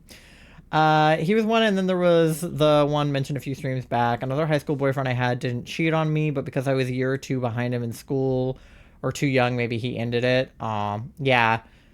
Age gaps are difficult, man. Especially when it's like, you feel like you're compatible, but just like, in different places in your life. Boy stink, yeah. Definitely recommend dating women or non-binary people for sure. Doe is 53% gay, 18% froggy. Pasta's 99% gay. Doe's 57% eepy, 69% cute, 60% smelly, 50% cute. Your froggy check. Yeah, sometimes the froggy checks just don't hit, you know? It's okay. Charlie gets 0 a lot, so don't feel bad. Alright. We're at 35 out of 40, so let's see if we can do a lap. Oh, there's another guy in here now. Everybody's hanging out in my cave. Bruh. Yeah, I thankfully don't really have any, like, bad exes. Because, like, I really only have one real... I have one real ex. Like, somebody that I dated, called her my girlfriend, like... went out for like 6 months, real girlfriend. And like, it was really just like we weren't into each other anymore when we broke up. Like, I was planning on breaking up with her about 2 days after she broke up with me. Like, I had already been planning it by the time she broke up with me. I was just going to do it a couple of days later. And she just beat me to it. So... I literally was just like, she was like, I think we should probably just go back to being friends. And I was like, I agree. And then that was it. There was some drama like after the fact, but I feel like that was just like high schoolers being high schoolers. But really, she didn't do anything wrong. If anything, I did. I was the bad partner in that relationship for sure. I'm sure if she was going to tell a story about our relationship, I would be the bad guy and she'd probably be right. 60% smelly. I'm sweating. That's fair. That dude probably only wanted one thing. A lot of guys do. A lot of guys only want one thing for sure. I know that was the case. Oop. With the only other person who even comes close to being my ex is a guy that I had a situationship with, but like literally like we were not dating and did not plan to, but he's probably the worst just because of how terrible the situationship went. But really it was like he's the kind of guy who only wanted one thing, but he didn't want that from me and I didn't want that from him, which is part of why we didn't end up together, was because like I'm on the A spectrum. He's on the arrow spectrum. He's, like, only interested in that, and I'm not interested in that at all. But he actually, like, I think had an emotional connection with me, which is why, like, he was like, I don't want... Like, if we have sex, it'll ruin it. And I was like, I agree that sex will ruin it. So I think that we liked each other in, like, a very... not juvenile, but in a much more, like, romantic way than in a sexual way. I think it was, like, he was like, I would like you, but you don't want to have sex and neither do I. And I was like, yeah, no, for sure. So, that relationship ended relatively... not easily, actually. It was not good, but it... we should not have been a couple, and we both knew that. We just had, like, feelings for each other that we were having trouble navigating because we didn't want to be together. Because when two people like each other, it feels like the next logical step is to date. But we were in like very different places in our lives. He was about to graduate college. I still had a couple more years. Like, he was about to move away. I was gonna also move away, but like to a completely different place. Like, for all intents and purposes, we should not have been together, and we both knew that. And I even said that to him. I was like, hey, I have feelings for you, and I would like to not act on them. I'm just telling you to get it out of my system, you know? And I think that that was not how it was received. Because that's my thing, is like, I really, when I have a crush on somebody, I have to tell them.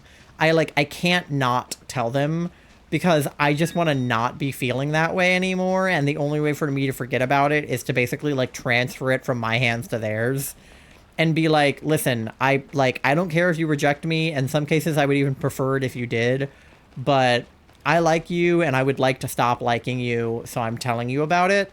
And a lot of people don't receive that well. They're like, oh, you have a crush on me? That must mean you want to date. And I'm like, no, I just wanted to tell you. I just wanted to get it off my chest. I just wanted to let you know that you're good looking, and that I have no other thoughts about that. Like, I literally said that to a girl one time in high school. There was this girl thought she was fucking gorgeous. She was like in theater. She was a few grades ahead of me. She had a boyfriend. Like, she was just like literally just pretty, to be honest. I mean, she had a good personality and stuff too, but like, that was one of those crushes for me where it was like more physical than like any other crush I've had, where it was like, I just looked at her and I was like, damn, that's a pretty girl. And this was when I was like very early in my coming out process. Like, I knew that I liked girls, but I hadn't actually liked a girl besides B.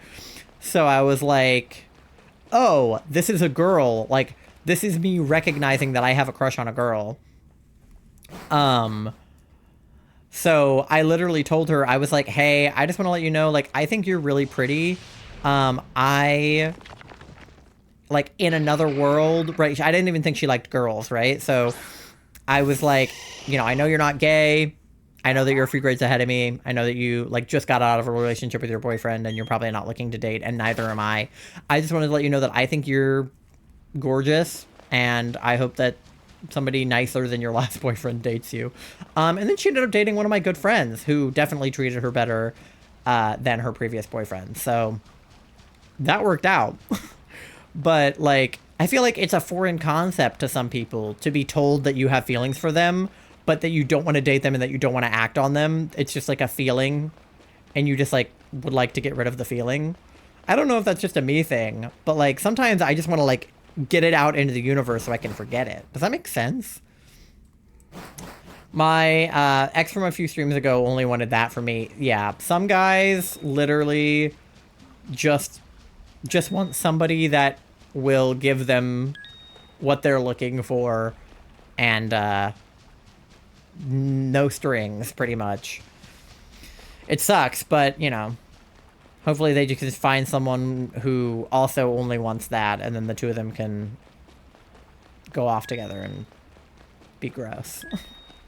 Because some of us actually want an emotional connection, God forbid. Middle school boyfriend literally would stroke the salami in class. Oh my god. I knew, like, I had heard stories of guys in my school who had done stuff like that, but I didn't, like, know them or know for sure that that was a thing that was happening. That's fucking crazy. Like, in class, like, here's the thing. I get it, right? When you're that young, guys get random boners just, like, out of their control. It could be in the middle of class. So either go to the bathroom or, like, just wait for it to go away. Like, you can't you can't. Beyond inappropriate, yeah. Before we were even in a relationship, ew. Middle school hormones, yeah. Didn't date till high school, yeah, me either.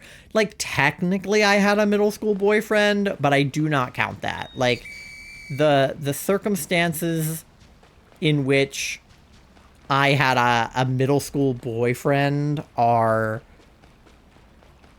It was, like, pushed upon us rather than our own decision, and thus I don't count it. My first real girlfriend and only real girlfriend I dated my senior year of high school, and that was it. Bad decision of my past. Listen, we've all made bad decisions. I have a few. Luckily, again, I didn't date any of them, but, like, the guy I had a situationship, bad decision. Some of the guys I met on Tinder, bad decision. Guy I had a crush on for literally all of high school and some of college who literally did not give a shit about me. Bad decision. Very bad decision. But, like, also not entirely my fault, because, like, you can't really control who you have feelings for, but pursuing that crush, bad decision. Clearly knew teachers were hella old and couldn't see. Ew. Yeah, how do you even keep that from... yeah. It's like, that's not one of those things that, especially at that age, that you can do particularly quietly. You know, like, maybe as an adult, you can sort of do that in a silent manner. But most people make noises when that happens.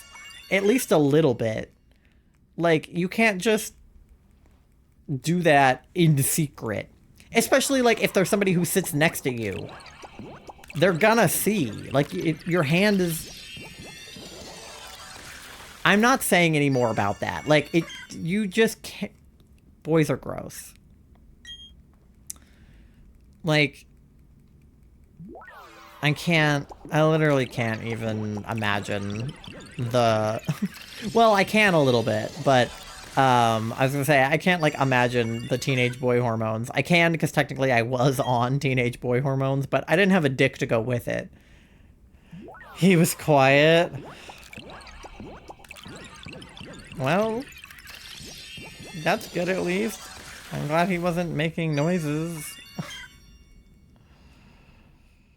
He was at least making faces. If you're not making noises, you're making faces. It's one or the other, at least. Because I feel like in order to not make a noise, you're making a face.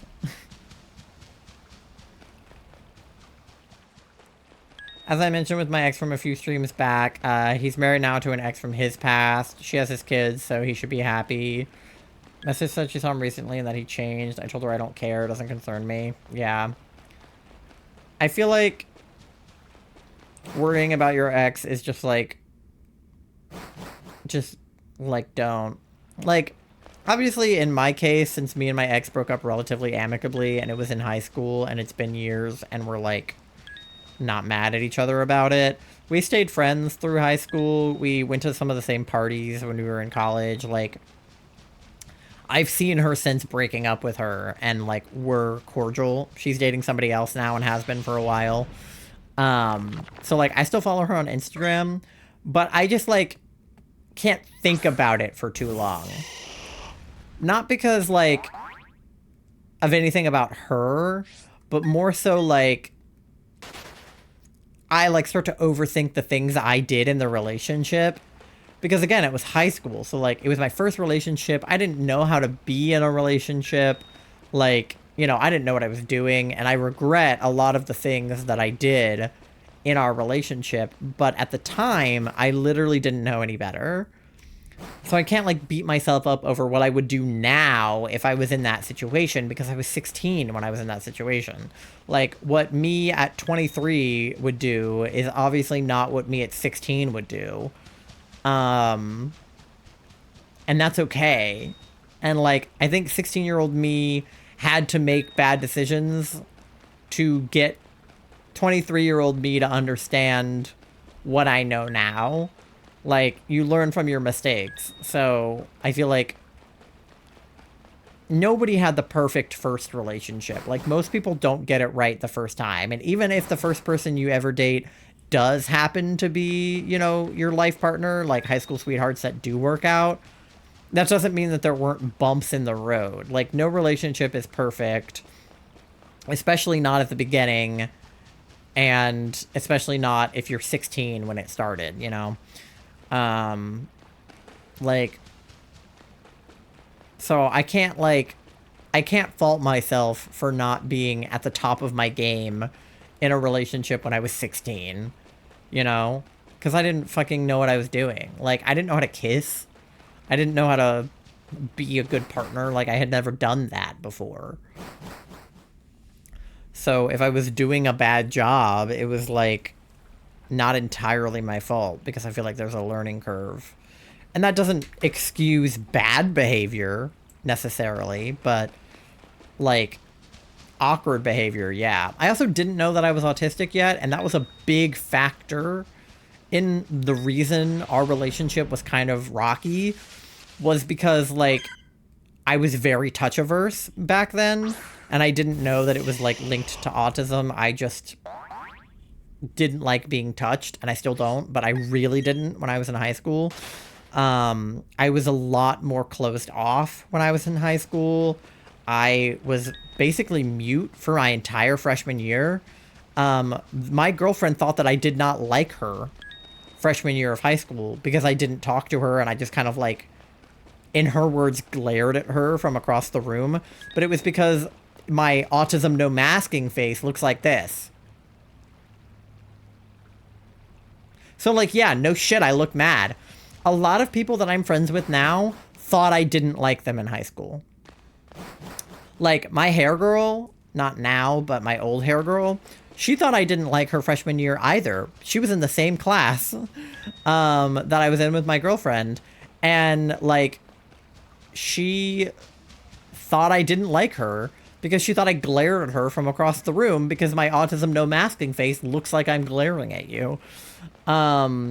So I was just a very, very different person in high school, and I would not treat a girlfriend now the way that I treated her then, but it was because I literally was in, like, fight or flight in high school. If I didn't date that middle school ex, I wouldn't have been forced to go to a different high school an hour away from my house where I met that ex. Now I wish I wasn't with middle school ex, but high school ex bought me my Switch, so who knows where I would be. Yeah, it's like butterfly effect, right? Like, I have a lot of regrets about things I did in middle school, and honestly just being at the middle school that I was at in general, because I was in the, like, gifted program, so I had the choice to go to the gifted middle school or the not gifted middle school, and I went to the gifted middle school, and part of me regrets that so bad because that school was awful, and, like, I have so much trauma because of going to that school, but I also met some really awesome people that I'm still friends with now at that school, and, like, you know, me and B became friends, and we were in that school together, and, like, you know, as much as I wish I could be like, oh god, I wish I didn't go to that school, because maybe I would have met a great group of people at the other middle school, and I would have been happy, and it would have been fine. But I don't know that. Like, I have literally no idea what would have happened, and I don't know if it would be better or worse. So I just, like, there's just, like, no point in dwelling on it, because I can't go back and change it, and even if I could, I probably wouldn't, you know? I'm a shy girl, so I kept to myself through middle and high school. Yeah, see, I'm not shy, but I'm introverted, and I went through a lot of trauma in middle school that caused me to be very closed off in high school. And, like, that made me very quiet. Like, I did not talk to anyone in high school except for, like, my best friend. Other than that, like, I literally only spoke when spoken to, which sounds like I was polite, but it really means that, like, I didn't speak. Like, I literally would just be like, and then I would just, like, mumble stuff under my breath. I got in trouble for mumbling stuff under my breath all the time because, like, teachers would be like, what was that? And I was just like, fucking nothing, leave me alone. Like, I was I was much more, like, for lack of a better word, evil when I was in middle school. Like, I was straight up mean. Like, really mean when I was in middle school. I was less mean in high school, but I was still mean. Still not 1K? Pomo takes so long to evolve? Clearly. Probably still no friends. Pfft, yeah. Like, I think the benefit of going to the gifted school was that a lot of the people in the gifted program were also autistic. Because if you think about it, like, the reason that we were classified as gifted is like, oh, you're so smart, you pick up on things really quickly, you know, yada, yada, yada. And those are all just because of, like, autism. Like, oh, you're good at math. Yeah, I'm autistic. Like, that's what autism is for. So a lot of my friends were autistic, whether or not they were diagnosed.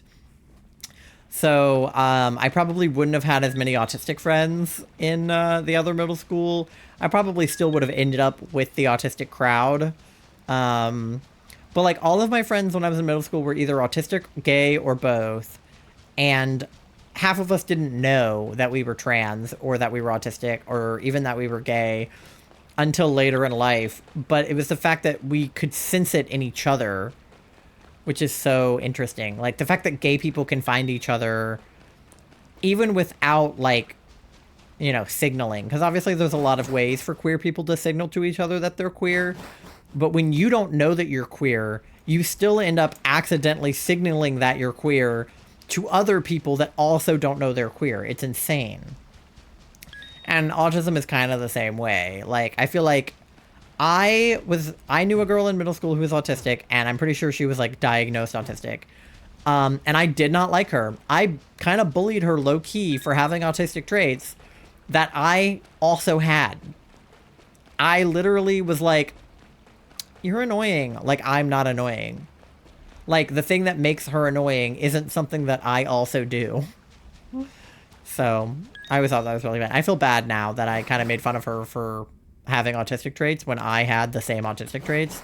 But I think it was because I saw myself in her that I didn't like her. Especially because in middle school I hated myself, right? Like, I don't love myself now, but in middle school, me and myself were not friends.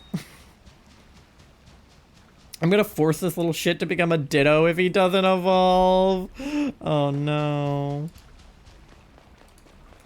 He's gotta evolve eventually. I mean, all you're supposed to do is walk 1,000 steps with him, like, out, right? Like, that's all you have to do. There's not, like, another step. Because, I remember when I was trying to evolve Bramblegast, I felt like I walked forever with him, and he didn't evolve, and it was because I just, like, didn't level him up at the end, or something.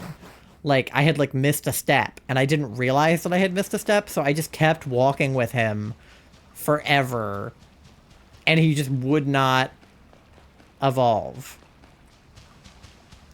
Have you tried leveling him up since walking the 1,000 steps? Because if you give him, like, a rare candy or something, he might evolve. If you've done the 1,000 steps. This dude level 50. But has he leveled up since you were walking with him? Or was he that level the whole time? Constantly running? I don't know, man. That's my only suggestion, is if you think you've walked 1,000 steps to give him a... You keep giving him crystal meth? Oh, okay. Well, if you've been giving him crystal meth, then I guess you just gotta keep walking. If the crystal meth isn't working, then I don't know. Because I'm pretty sure it's just walk 1,000 steps and then level up. But I have no idea. It also just might be that 1,000 steps is a lot of steps. It probably takes, like, I don't know, 30 minutes? I don't know. But I know you've been at it for a while. So I don't know. I'm definitely not the authority on this. I'm gonna try another rare candy. Okay. Because I definitely Googled, like, half the evolutions I did during Scarlet Violet. Because they don't give out the cute little game manuals anymore. I used to read the little manuals that came with DS games. They don't do that anymore. Kind of wish they did. I know it's just because, like, they can put it online, but I feel like the little manuals are cute and useful. When I went to high school, I said screw what others say and wore my glasses. Oh yeah, I got glasses in middle school and I refused to wear them even though I had a kind teacher who said it would be better and okay. Yeah, glasses are such a stupid thing to bully people for. Like, do you know how many people have glasses? It's like a huge percentage of the population who have glasses. Like, there's literally no reason to bully somebody for it. He learned Wild Charge, but he didn't evolve? What the fuck? Still Palmy? Dude. That's crazy. Or Pomo, or whichever one it is, yeah. Oop, Chicky. I mean, I can try also Googling it, but I don't know. Anything I Google would be better than what you Googled.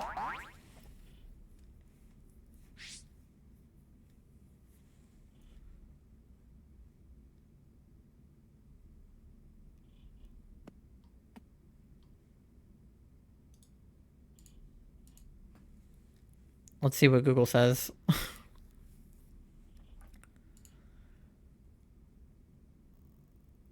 Okay. To evolve Palmo to Palmot, walk with him out of your thing, pressing ZR. The 1,000 step needs to be all in one session. If it goes back into the Pokeball, the steps will reset. Has he gone back into the ball since you did it? Because it seems like you have to have all 1,000 steps at once. Hello. Hi, Moth. This Chikorita's normal looking, so we can run away. Are you serious? I don't know. That's just what Google said. And also it says to make sure that you were pressing ZR to put him in Let's Go mode and not R to send him out into, like, auto battle mode. I don't know if that helps, if you had pressed, like, R instead of ZR. But apparently that makes a difference. He keeps falling asleep. Bro.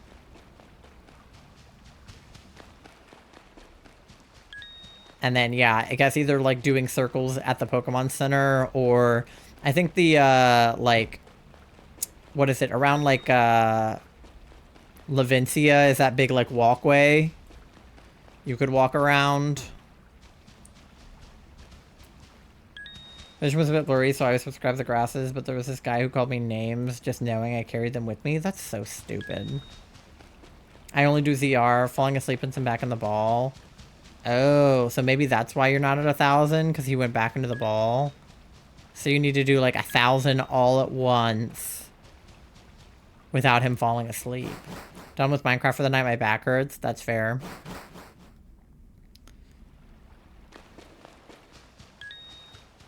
Well, maybe try that and see if that works.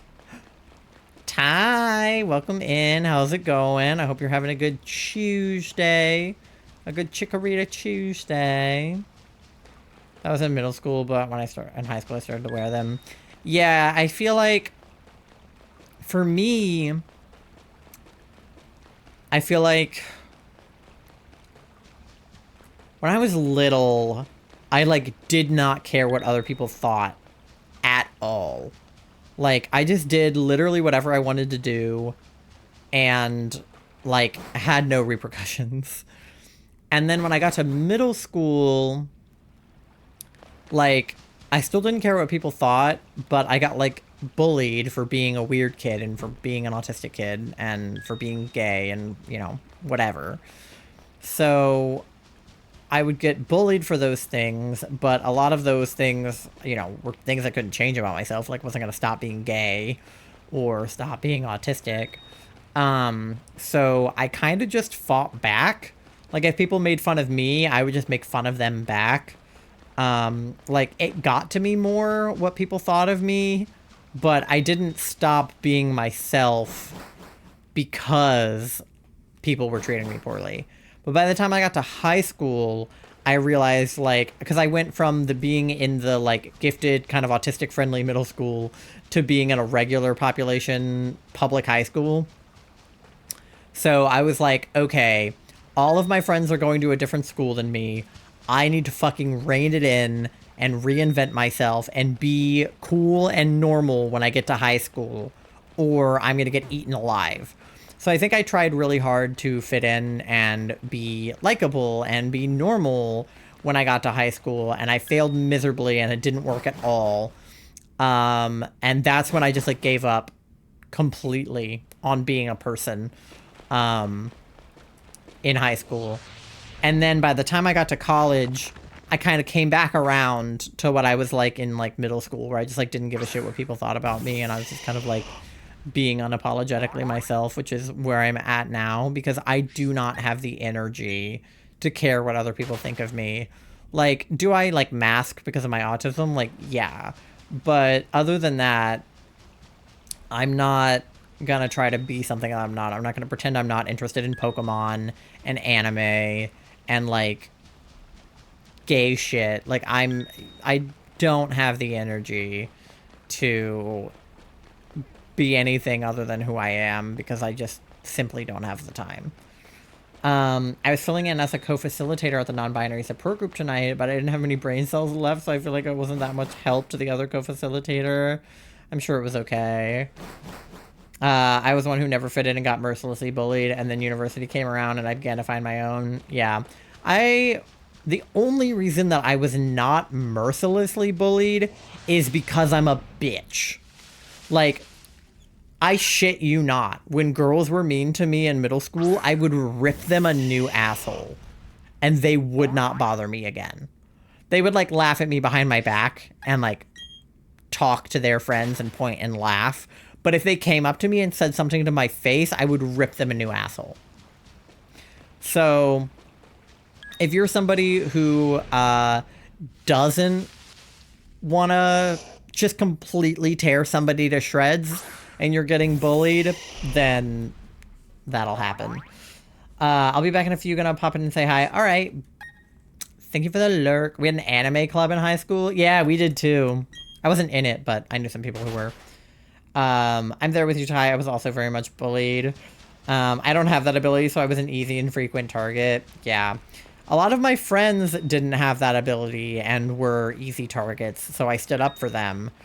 And if somebody bullied my friends, I would also rip them a new asshole. I think that B is kind of a funny example, because B could have been, like, I don't want to say, like, a popular girl necessarily, but she could have been, like, not bullied, I think, because she was pretty and she was better at fitting in and being nice to people. Like, she was really, well, she still is, but she's a really, really sweet person, and I feel like most people like her if they got to know her on a personal level. But autistic and gay and friends with me. So I think being friends with me for her was the social suicide. I think she could have gotten around being autistic and gay, because she also didn't know she was gay. So I think she could have gotten around being autistic and gay and fit in with, like, a better crowd. But she was friends with me, so that was absolutely, like, career suicide for her. But she didn't mind, because I had her back. When people tried to say shit to her, I had her back. Like, I literally would not let anything bad happen to her ever. I was so overprotective of her. We were gay and definitely in love with each other. But because we didn't know that, we had a very, like, big sister, little sister dynamic. Even though she's older than me, I was the big sister because I was the protective one. And I didn't have a sister, and she did. So I was like, you know, I always wanted a sister. You're my sister now. Nobody messes with my sister. And I still very much think of her as a sister now that I am not in gay love with her. But, yeah. Welcome back, Tori. Dan, can you come and give my high school bullies new assholes? I can. Yeah, I can. I can find your high school bullies and rip them new assholes. It's a skill I would have to dust off because I haven't had to use it, you know, super recently. But, it's definitely like riding a bike. Like, it's still in there for sure. I'm a lot nicer now than I was when I was in middle school and high school. I was a lot meaner then. Ty is like both of our bodyguards. Yeah, bodyguard is an accurate representation of what I was to be. I was very much a bodyguard. Friends, I didn't really have any close friends at school, so no one stood up for me. Yeah, I got lucky that I had other autistic friends when we were all just autistic together. Where's Mandy? I have not seen her like all day. Gonna hire Ty as bodyguard. Yeah. Don't have many fond memories of high school. Neither do I. I think I have more fond memories of high school than middle school, just because I do have fond memories from like marching band and theater and stuff like that. But like, as for like actually being in school and like walking the halls and being in classes, I definitely do not have any fond memories of that. But high school was better. He's finally evolving. Let's go. West New York is... Yeah, I figured. I just didn't want to, like, dox you. I was too autistic for the normies and too normal for the autistics. Yeah. I was not normal. I was not too normal for the autistics. I think some of the other autistics were too normal for me.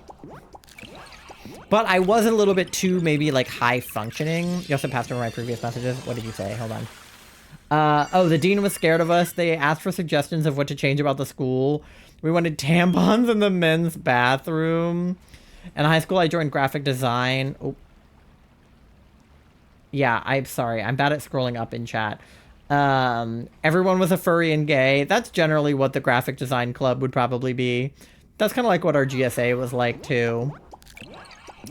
Yeah, but thank you for telling me. If I ever miss a message and I like genuinely don't see it, just send it again, because I am bad at reading. And sometimes I'll read something in my head and then not read it out loud, so then it seems like I didn't read it, but I actually did read it in my head. So there's that. I definitely scared my teachers. I had teachers that were definitely scared of me, for sure. And then I responded that I am a gay furry. That's true. You are a gay furry. I mean, that's what, like, half of marching band and theater are like, too. Not as many furries, but definitely a lot of gay people. But, yeah. You just have to, like... I don't know. I think I was too high-functioning autistic. Not too normal, but just too, like, I don't know, like, verbal for some of the autistics. But, luckily, I had a few that fuck with me. I'm honestly surprised some of the friends that I had were friends with me. Just, like, considering. But I think it was because, genuinely, most of the friends I had in middle school were B's friends that... were friends with me because they were friends with B. And most of my friends in high school, if not pretty much all of them, were my best friend's friends first, and then she introduced them to me, and I became assimilated to the friend group. But they weren't like my friends. They were her friends that hung out with me because they basically had no choice. But it worked out. Because that's how I met a lot of them. And some of them liked me. Some of them not so much. I will say, like, a couple of my best friends, like, closest friends, like, her best friend that she had before me did not like me. We were two completely opposite best friends to have. Like, she did lacrosse, so her best friend was, like, a field hockey jock, and she was, like, straight and into, like, very normal activities, and then I was her, like, insane autistic gay friend. When I was in high school, especially so at a very prestigious private school, there were no GSAs and basically nothing that wasn't academic focused. Yeah, I mean, you went to school in what, like the 90s? Which is when, like, everybody was more homophobic. Like, you know, I think of, like, you know, Daniel Howell's coming out story where it was, like, saying the F slur was just very popular in the 90s. Like, homophobia was so much more casual in the 90s than it is now. Didn't know what a GSA was until much later. Yeah. To me, the GSA is the Graduate Student Union. That's fair. Elementary school was 90s, high school was early 2000s. Yeah. Early 2000s, late 90s was a much more casual time to be homophobic. Like, it makes me think of, you know, that, like, Hillary Duff ad that's like, you know, that's so gay. And then she's like, don't say that. You guys know that ad with Hillary Duff? I think about that all the time. But, like, that's how casual homophobia was in the early 2000s, that they could make that ad. Now I don't know what to hunt. Well, do you have, like, I don't know how to ask this question. Like, me, when I'm thinking of a new hunt, I usually pick based on a couple of different factors. So, like, you know, for example, if you're somebody who's interested in doing a shiny living dex, maybe you could pick one gen that you want to hunt in and get, you know, all of the Pokemon from that gen and then move on to the next one. And that's, you know, a pretty good way to do a shiny living dex. If you're not doing a shiny living dex, which I'm not,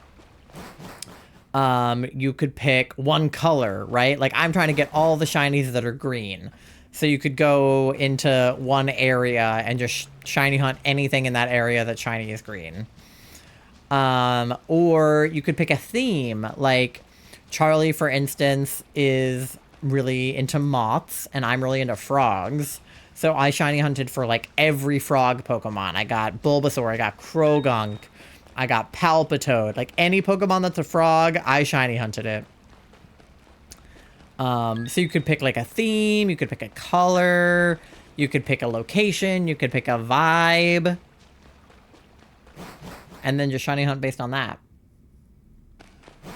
That was very much part of everyone's vocabulary at my school. Yeah, it just kind of is what people did back then. It doesn't make it okay, but it just, like, was how it was. Alas, I'm absolutely exhausted since I started at 7:45 this morning and just got home now, so I will say goodnight here. Good night. Get some rest. I know that you need it. I'm sure you have a lot going on, you know, later this week, so get some rest. Thank you for hanging out. It was good to see you. Have a good night. Is Bulbasaur a frog? I never saw him that way. Yeah, so he's like a rain frog, kind of like a Pac-Man frog. Here, let me show you. But yeah, he is technically a frog. Let me find, like, a real frog that looks like him. Kind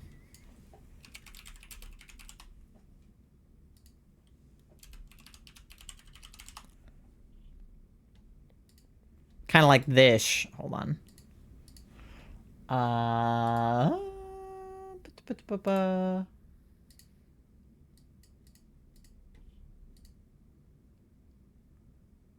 Where are my buttons? Here.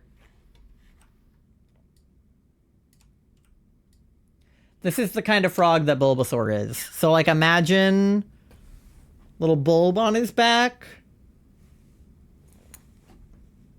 It's technically called a horned frog. But there's also the Pac-Man frog, which is a horned frog, but the ones that people think of as Pac-Man frogs are, like, the strawberry ones. Like this. Oop. Gotta crop out. This guy. So, yeah, that's the kind of frog that Bulbasaur is. Alright, welcome back, Doe. Ace and Arrow peer support group tomorrow. Let's go. I work at a pet store. I know frogs. I love the dumpy frogs. Yeah. I obviously am a big frog fan, if you can tell from the everything about me. I have like a big book of frog species over there. I love frogs. Desert rain frog. Yeah. The rain frogs are the ones with like the booty cheeks. That's what Venusaur looks like. Yeah, Venusaur looks like a toad with a flower on his back. He essentially is. Charlie, do you have the booty rain frog meme accessible? Because that is basically what we're talking about. Rain frog booty.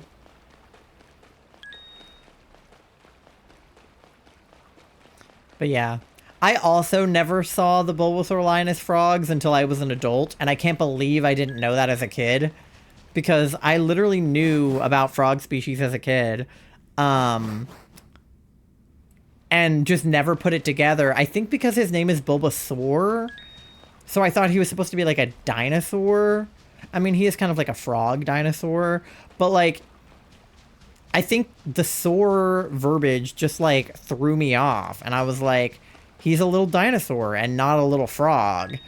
And also, like, you can't really tell until in the 3D games that they hop when they move. In the 2D games, you can't really tell, but with the 3D sprites, like, they hop like frogs. Which is crazy, but yeah. I thought tortoise? Oh, yeah, they kind of give turtle vibes, but nope. They're frogs, because they hop. They're like little horned frogs. And that made me love him even more. Because I picked Bulbasaur as a starter when I was a kid, just based on pure vibes. And then when I found out he was a frog when I got older, I was like, oh my god. He's perfect.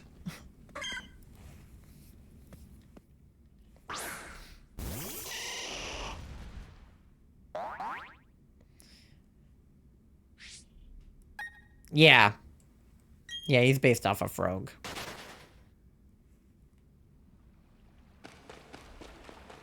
I think because they're more common in Asia. The, like, style of frog. Because I think in America, when we think of frogs, we think of, like, green tree frogs. That's what we see a lot of here. Rather than, like, horned frogs. And then, yeah, the PLZA is, extinct. So obviously nobody thinks of that. But the more, like, modern day iteration of that is, like, check Insta DMs. Okay. Oh, yep. Okay.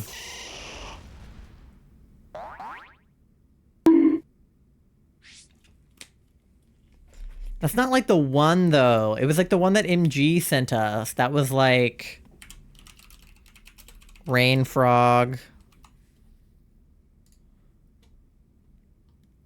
Because it was, like, they drew Venusaur as, like, a frog with a booty.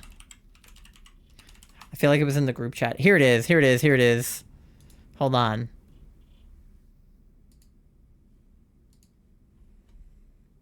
Open the window capture back up. Hold up.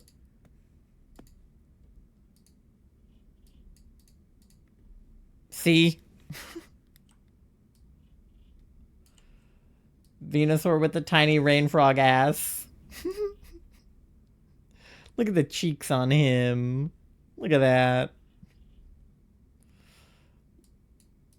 Anyway.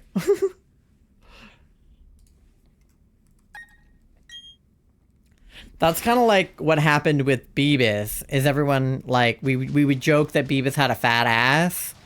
Like one of those rain frogs. Because in Scarlet Violet, if you look at the back of a Venusaur, he's really cheeked up. So, thank you for the shiny luck. That's just quite adorable, I'm being honest. Bulbasaur's line is adorable. I will not take criticism. Like, he is the perfect creature.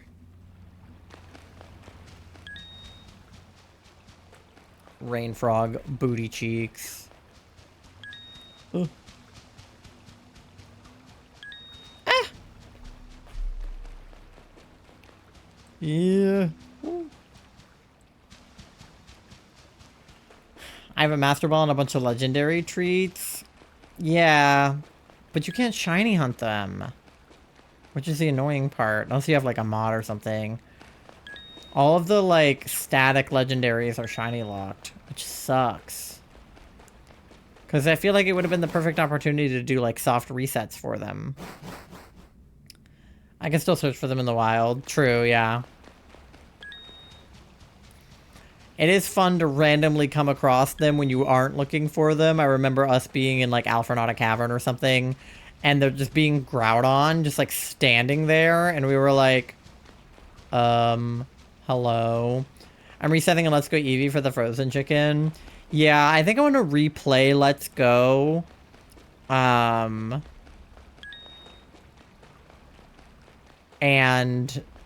not catch the legendaries and shiny hunt for them, because when I played through Let's Go the first time, I just caught all the legendaries. I did not shiny hunt for them. And I kind of wish I had. But you can find like Moltres flying around, so I don't know. I haven't decided, which is why I haven't done anything, but I did on my Let's Go Pikachu copy. Yeah, I'll probably leave my Let's Go Pikachu copy and make a Let's Go Eevee save, because I've never played Let's Go Eevee. Because I don't like deleting save data. Same thing with BDSP. I'm never getting rid of my Shining Pearl save because it took me way too long to get it to this point. But I might make a Brilliant Diamond save.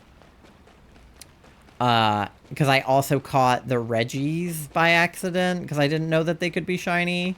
And I wish I hadn't because I wanted to shiny hunt them. So... You found a Zekrom like that. Already got Moltres, got all the birds. I caught all of them not knowing I could reset them. Same. Playing Sensory Hell and having yours and Tyler's audios going at the same time. Besides Ho. Yeah.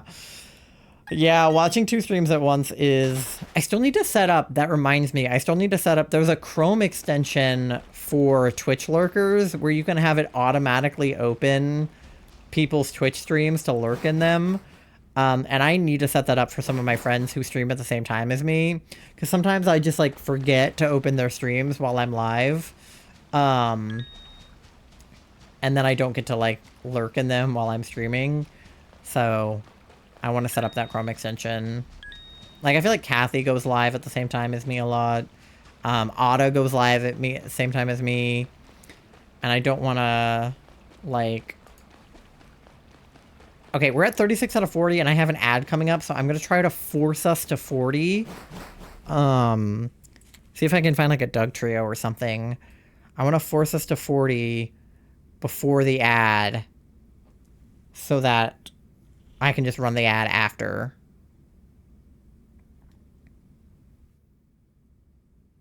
Let me see if I can find anything. Okay, nothing on Charlie's. Let me try looking on mine. Last night I did the Mochi Madness. Oh my god, I fucking love the Mochi thing. It's so fucking silly.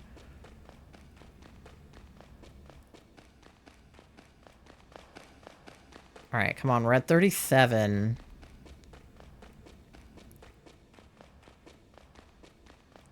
Are there any Diglett? There's one. Cool. 38. Okay. The dance killed me, especially when Grandma and Grandpa just busted down. That plot is so fucking funny. I, like, literally die every time. The people who have, like, the Mochi Madness memes, the Mochi Madness emotes memes are so funny. Oh, I got a Doug Trio on Charlie's. Okay. Oh, shit. I didn't mean to leave. Okay, it's fine. Alright. Let me see some shinies. Alright, we have to check the Crawdon just to be sure. Okay. Do you have a favorite Mon or Mons? I do, yes. I feel like you asked me that earlier and I answered in my head and I didn't answer out loud. My favorite Mons are mostly just the frogs, to be honest. Politoed is my #1 favorite. And then pretty much right behind him is like the Froakie, Frogadier, Greninja line, Bulbasaur's line. I like Bellabolt a lot. And then I'm also a big fan of Snorlax, Ditto, Gengar. I like the Wooper lines. I like Clawitzer more than like Quagsire, but yeah, my favorite is the frogs. Politoed, Bellabolt, Greninja, Froakie. Those are my favorites. But I'm also a big fan of Snorlax and Ditto. I like a lot of Gen 1 Mons because that's just like what I grew up on.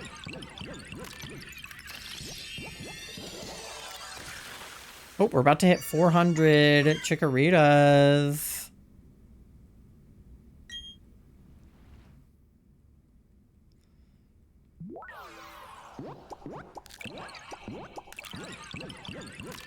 Hatch faster. I only have 5 minutes.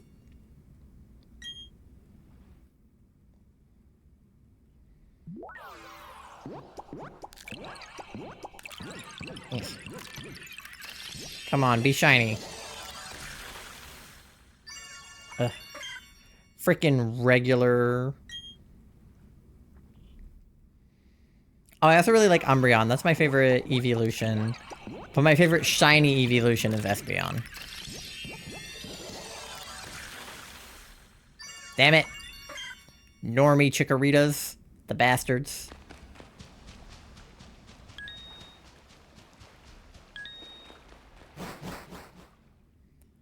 Iron Valiant or Hisui? Oh, I like Hisui and Zoroark. I think that's a really good shiny. But Iron Valiant is good too. I just think that Hisui and Zoroark is more fun.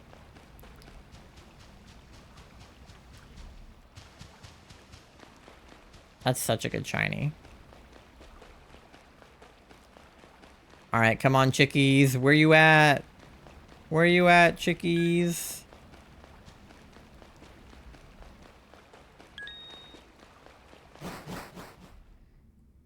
One make sandwich, one make egg. Yeah. Would you do eggs for the Zoroark? Because that makes sense. Okay, we can check that Crawdon if there's no chickies. But I want to make sure there's no chickies.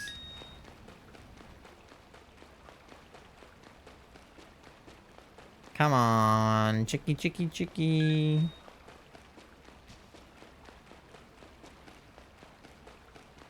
Okay, we'll check the Crawdon. Yeah.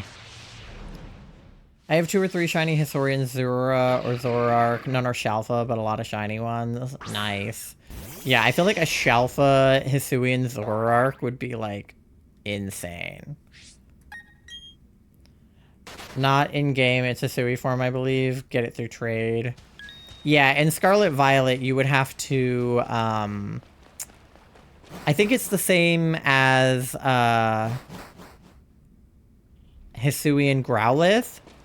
You have to... Do you have to Everstone it? What do you do? There's an extra step you have to do to be able to breed the Hisuian Growlithe. You have to, like... You have to do something to make sure that the eggs come out in their Hisui form. But, yeah, I don't think... I think you would have to do the same if you bred a Hisuian Zoroark. I don't know. But I know that's what you do with Growlithe, because I know somebody who shiny hunted Hisuian Growlithe in Scarlet Violet. Dang it, were there no chickies? Because the whistle blew when we entered this room. Oh, good point. Gotta Google. Yeah. I can't remember, because in Scarlet Violet, you can actually get a Hisuian Growlithe from Perrin's quest. But I don't know if there's a way in-game to get a Hisuian Zoroark without trading. But I know that for Growlithe, you have it hold an Everstone. Only just perfected Munchlax last night. I had to wait because I needed to evolve one. I had to increase friendship. Oh, yeah. The friendship thing can take a while. But if you give them, like... Well, I guess in Scarlet Violet, you can give them a Soothe Bell. Is there a Soothe Bell in Arceus? I can't remember. But I know there are friendship... There are items that increase friendship that you can give them. Have it hold an Everstone and then breed it. Okay, so I was right. Okay, yeah. So if you give a Zora... If you trade in a Hisuian Zora and then breed it while it's holding an Everstone, the eggs will be Hisuian. But if it's not holding an Everstone, it'll spit out a regular Zora. I think. See, I knew that's how it was with Growlithe. Oh, there's a Chickie. I was gonna say, I was like, where are all the Chickies at? I knew that's how it was with Growlithe, so I didn't know if it translated to Zora or not, but I figured it should.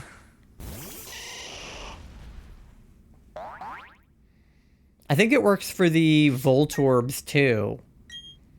Because I remember they did a an event back in the day. Not that long ago. They did an event where they did Hisuian Voltorb and Electrode outbreaks, I think, or maybe just Voltorb. And you could get the shinies. Anyway, I have an ad coming up in 30 seconds, so I gotta run that. Not 30 seconds, less than, like 5 seconds. So get something to eat, something to drink, go to the bathroom, do your checks, pay your loans, and I'll be back in like 3 minutes. It should, but I did the event with them, caught quite a few shiny ones. Yeah, I got a shiny Voltorb from those events, a Hisuian one. And that was kind of like before I was like super into shiny hunting. So I remember doing that. But anyway, yeah, ad happening, so BRB.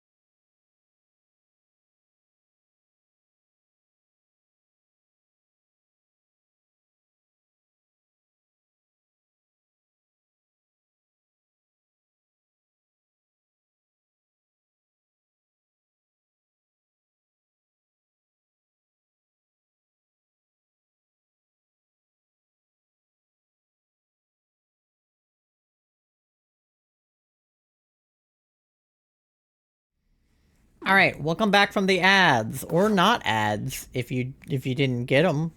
I don't know if Pasta got ads today. That's fine. Less ads for you. But welcome back from the ads if anybody did have ads. Oh, Chicky! What's poppin'? 34? Way too low. I got no ads and I didn't even pay? Let's go. 53% gay. Also low, but I'll take it. Could be worse. Yeah, both too low. You should be 100% cute and at least 69% gay. I do want to pay to support you though. Well, you guys can always subscribe if you don't want ads and you want access to all of our super cute emotes. You can always subscribe. I think if you do !sub, it'll bring up the link to do it on mobile so that you don't have to pay the extra $1. But don't quote me on that. But I feel like maybe it works. Does that work? Yeah, it does. Haha. I remembered one of my own commands. But yeah, if you want to be able to use our super cool emotes and not have ads and have access to the subscriber only channel in the Discord and, wow, I don't know, whatever all the other perks for subs are, you should do it. But obviously, in this economy, I get it if you don't. But, yeah. It's an easy way to, you know, get a little bit of extra money. But bits and stuff are good too. It's like, who cares? If anybody supports me at all, I'm happy. Even being here, you know, is a good amount of support, especially since I'm trying to up my average viewers at the moment and trying to get pushed out onto the discovery feed on Twitch right now because TikTok is a whole thing and my YouTube video is still being edited, so I need Twitch to come in clutch and put me in front of new eyeballs. I'm getting birthday money soon. This is true. Could be a birthday present to yourself. A subscription to twitch.tv/self_titled.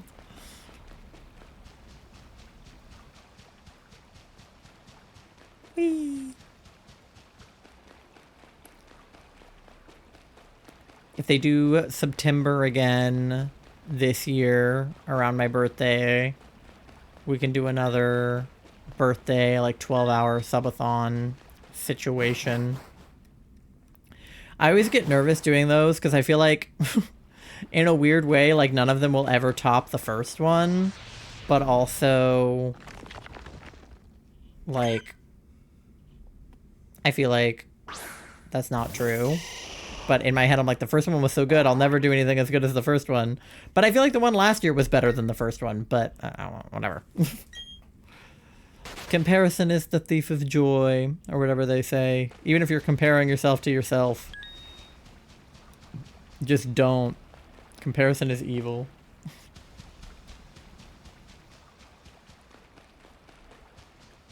Wee. Oh, herb.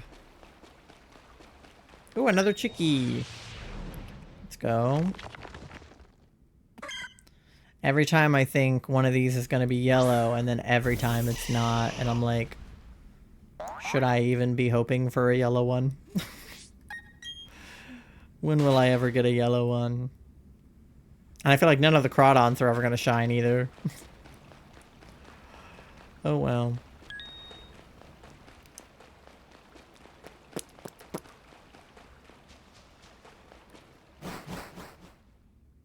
Alright. Gimme.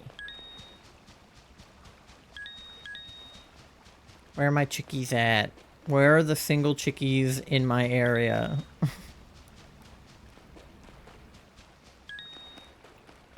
Whee! I do love Lickitung shiny. The yellow. Like, I'm not a big fan of yellow, but as far as like yellow shinies go, Lickitung has a good one. I love Lotad's shiny too. I asked the same thing. Apparently it's Tori. Although I have no idea if you guys live anywhere near each other at all. You guys could be across the country from each other. You could be in different countries. Who's to say?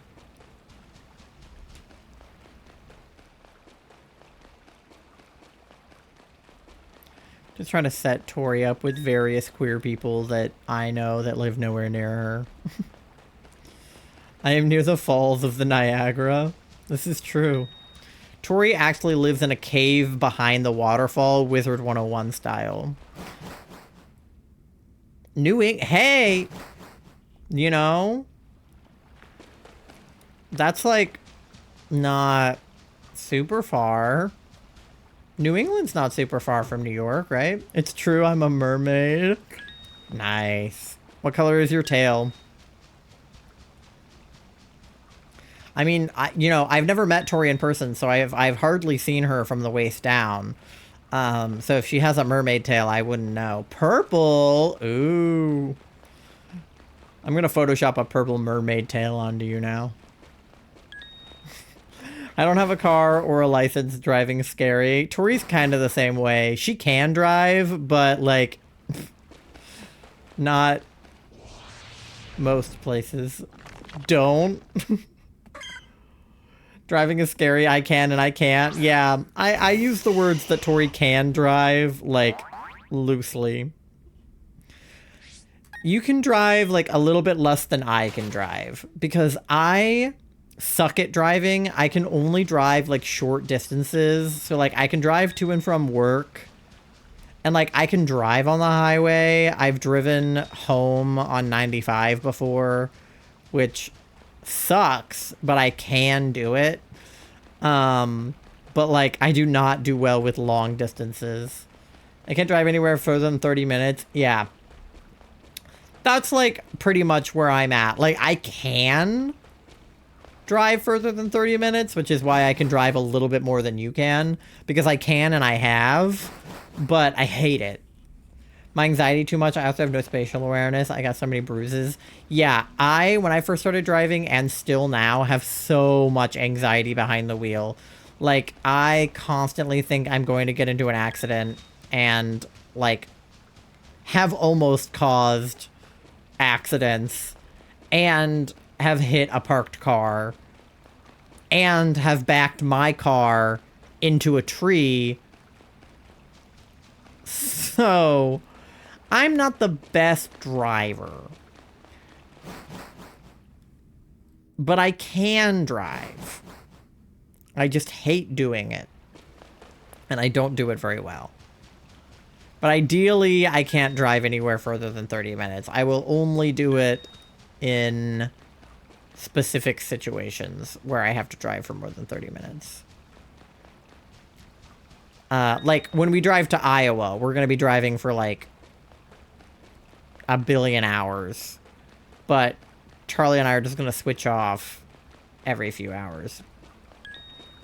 Because driving is bad.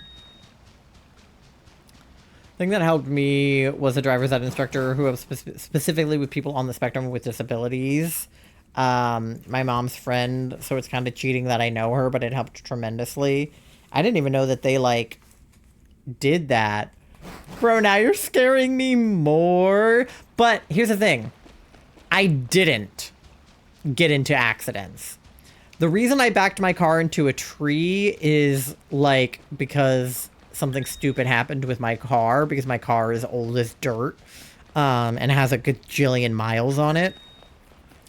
But as afraid as I am that I'm going to get into an accident, I didn't, and I don't. Like, I was terrified of crashing my car when I first got it, and I still am. But it just made me a more careful driver. Like, instead of being an aggressive driver, I'm just a defensive driver, and that's probably for the best.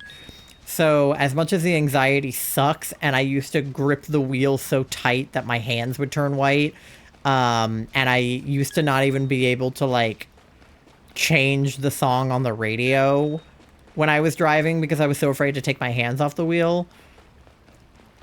And I thought I was always going to feel that way. I don't anymore. Like, I still get anxious, but I can change the song on my phone. And, like, I think I'm going to get into accidents, but because I'm thinking about it, I'm being careful and I'm not getting into accidents. And I've never been in an accident that was, like, major. I've been in, like, a fender bender where somebody hit me. And then every other accident I've been in, one of the cars was parked, or it was a tree, which is, like, parked. So, like, nothing, like, nothing that would cause an injury more than, like, a little bit of neck pain from the, like, the fender bender. But, yeah. I think that accidents happen on the road because two people are not paying attention, not because one person isn't. Like, if you get distracted when you're driving and you accidentally run a light or you turn when you're not supposed to, yes, that could cause an accident, but as long as the other cars on the road are paying attention, the accident will probably be avoided, because if you run a red light, the cars coming from the other direction will see that you're running a red light and they'll stop. Or vice versa, if another car runs a red light and you're paying attention, then you won't hit them because you saw them coming, you know? But if two people aren't paying attention and they, you know, one person runs a red light and the other person goes because their light is green and they're not looking, that's when an accident happens. But if you are paying a ton of attention because you're super anxious, you're probably not going to get into an accident because you're paying attention. She helps people a lot, and she works with me quite a bit in ways I needed her to. Very patient, very lovely lady. You sound like my therapist. Yeah. My first several times driving alone, I didn't listen to music because I was scared, but now I'm able to blast music all I want. I can't drive if there's not music. That's my thing. The music helps me focus in a weird way. So I actually, like, have to have music on in order to be able to drive. It helps me. Like, if I'm not blasting music, I'm not driving. My mom was the kind of person that was like, turn the music down, I can't see. And I was like the total opposite. I was like, turn the music up, I need to be able to, like, be jamming. I don't know why it helps, but it does. And every person is different, right? Like, some people need it to be quiet in the car, and some people want it to be loud music like me. It depends. I've even looked at my phone before. Not, like, whilst I was driving, but, like, I mean, kind of whilst I was driving, but, like, when it was mounted. But, like, I used to not even be able to pull my phone out at a stoplight or, like, a stop sign, because I was like, something's gonna happen if I look at my phone. But I've looked at my phone at a red light before to change the song or whatever, and nobody died. But don't text and drive, please, God, don't do that.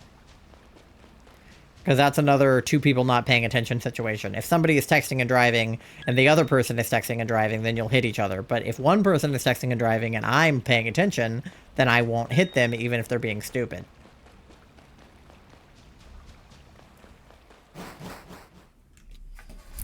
My point is that driving is anxiety-inducing, but, like, eventually it's less anxiety-inducing, and also sometimes maybe a little bit of anxiety is good because you are driving like a metal death trap.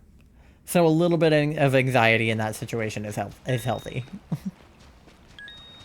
Not a lot, you know, you don't want to be having a panic attack, but a little bit of anxiety I think is healthy when you're driving a car. But I know a lot of people who haven't gotten their licenses or, you know, didn't really learn to drive.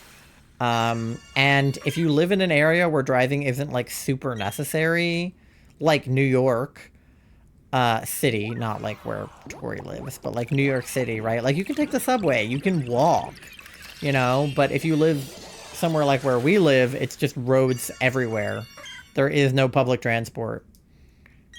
But, like, DC, there is. So we take the metro places sometimes. It really just depends.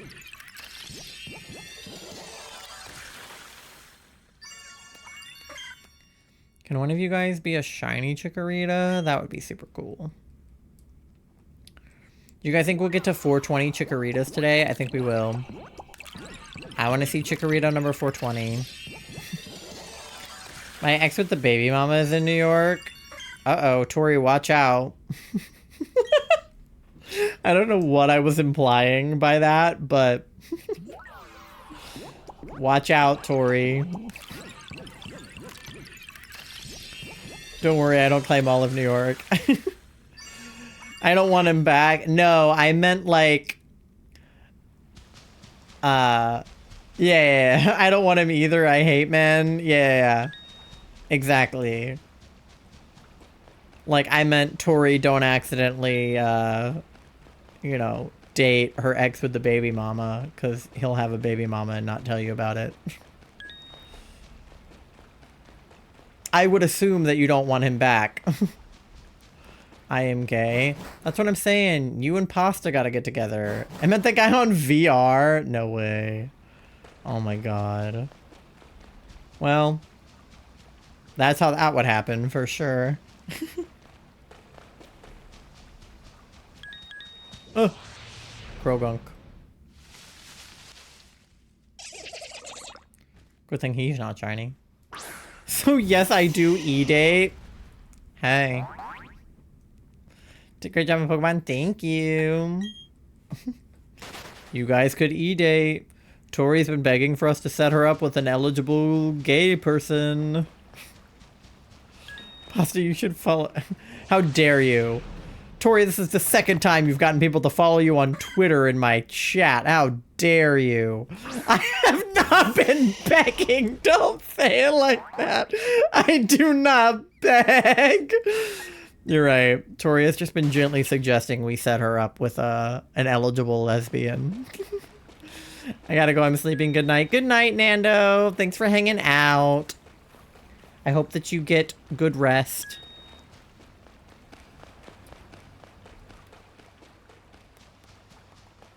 Thank you for the lurk. I suggested one time on one stream, but you followed up. You wanted to know. You having two proper lesbian contenders has nothing to do with anything. Hey, maybe now I have a third. I mean, Pasta's not a lesbian, but Pasta's gay, so close enough.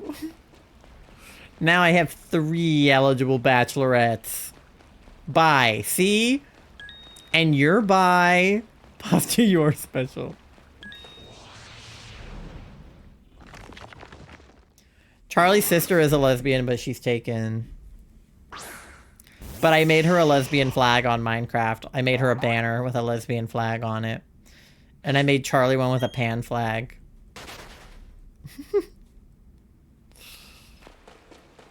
I mean, hey, Tori loves pasta. They were having pasta just the other night, if I recall. I do love pasta. Pasta's a great food. So, you and Pasta already have so much in common. And a couple hours ago, even better. Even better. I have pasta like 5 times a week. That's because pasta is a great food. And there are so many different pasta shapes that you can have a different pasta every day of the week. You could have mac and cheese one day. You could have Alfredo. You could have like tomato sauce pasta. You could have like meatball spaghetti or something. I don't know, I'm vegetarian. But my point is, there are so many different types of pasta. Ramen? Yeah, exactly. I had, we went to a new place that we had never been to before, me and Charlie, for lunch last week. And they had egg noodles and, like, rice noodle and, like, wheat noodle bowls. And it was basically like Chipotle, where you could pick, like, whatever toppings you wanted to put on it. But you started with a base of, like, egg noodles or rice noodles, and then you could, like, put snow peas or, like, carrots, or, you know, you could pick a sauce, and you could just, like, dress up your noodles. And it fucking slapped. So we're going again tomorrow because it was so good. So yeah, all kinds of pasta that exist. And if you and pasta get together, you could have pasta all 7 days of the week. You could eat pasta 7 days a week. I'm so sorry. I gotta go. Bye guys. I'll leave. Oh no. Oh no. Not a 0% cute roll. Uh-oh. You're cuter than that dough, we swear. How do you feel about eating dry ramen? Tori, don't you like that? Or am I tripping? Who told me they like to eat dry ramen? Or was that you? Somebody in chat one time told me they eat dry ramen, but I think it might have been you. Dry ramen is tasty? Okay, see?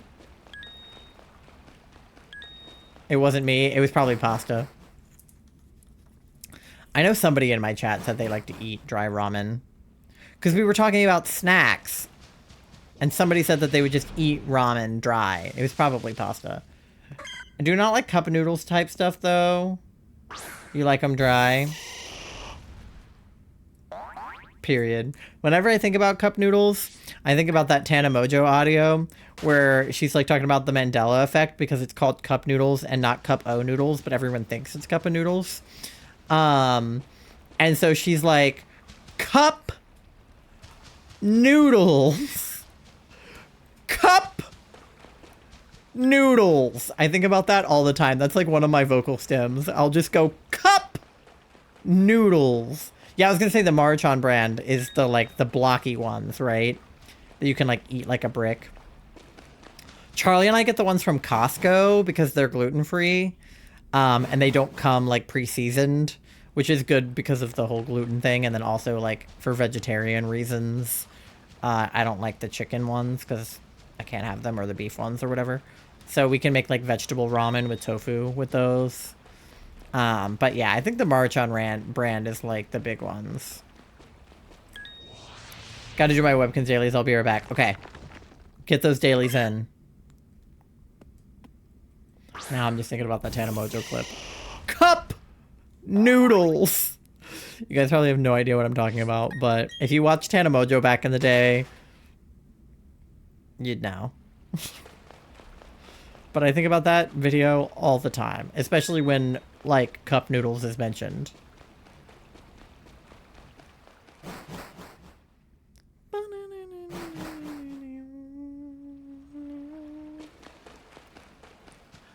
Undertale has such a fucking banger soundtrack. I like the Nissan brand chow mein. I don't think I've had that. I'll have to look into that. I like chow mein. Or lo mein? Chow mein? One of them. Both of them? I don't know. What is chow mein versus lo mein? Couldn't tell you. But I know I like lo mein because I've gotten that before from like Asian restaurants like P.F. Chang's and stuff. So I know that lo mein fucks. I assume that chow mein also fucks. I just don't remember the difference between them. Ditto keeps hitting ball into the back of my ankles. Oh no. Before I lurk, Ty, you gotta help me brainstorm old Lachlan era type stuff to use as audio redeems because I want to cringe and fangirl for lols and for bits. Ooh. Well, okay. I don't know about Lachlan stuff specifically because, to be honest, did not watch a ton of Lachlan. Like, I watched his stuff, like, with the pack, but I don't know that how often I sat down and watched, like, a Lachlan video. But for, like, Team Crafted and, like, the pack as a whole, I definitely have some. All I'm trying to do is kidnap their eggs. Real. I know that one thing I referenced all the time, and I literally was just showing Charlie a video wherein I referenced it, is Club Ice.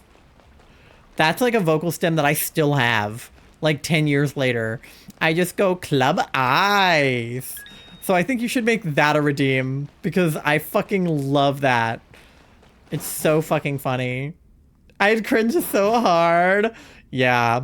I cringed watching myself quote it back in the video I was showing Charlie from like 2015, where I just like randomly was like, club eyes. And I was like, oh my fucking God, I want to kill myself. The problem is I have some good ones that are from YouTubers that like I wouldn't recommend having a sound alert from.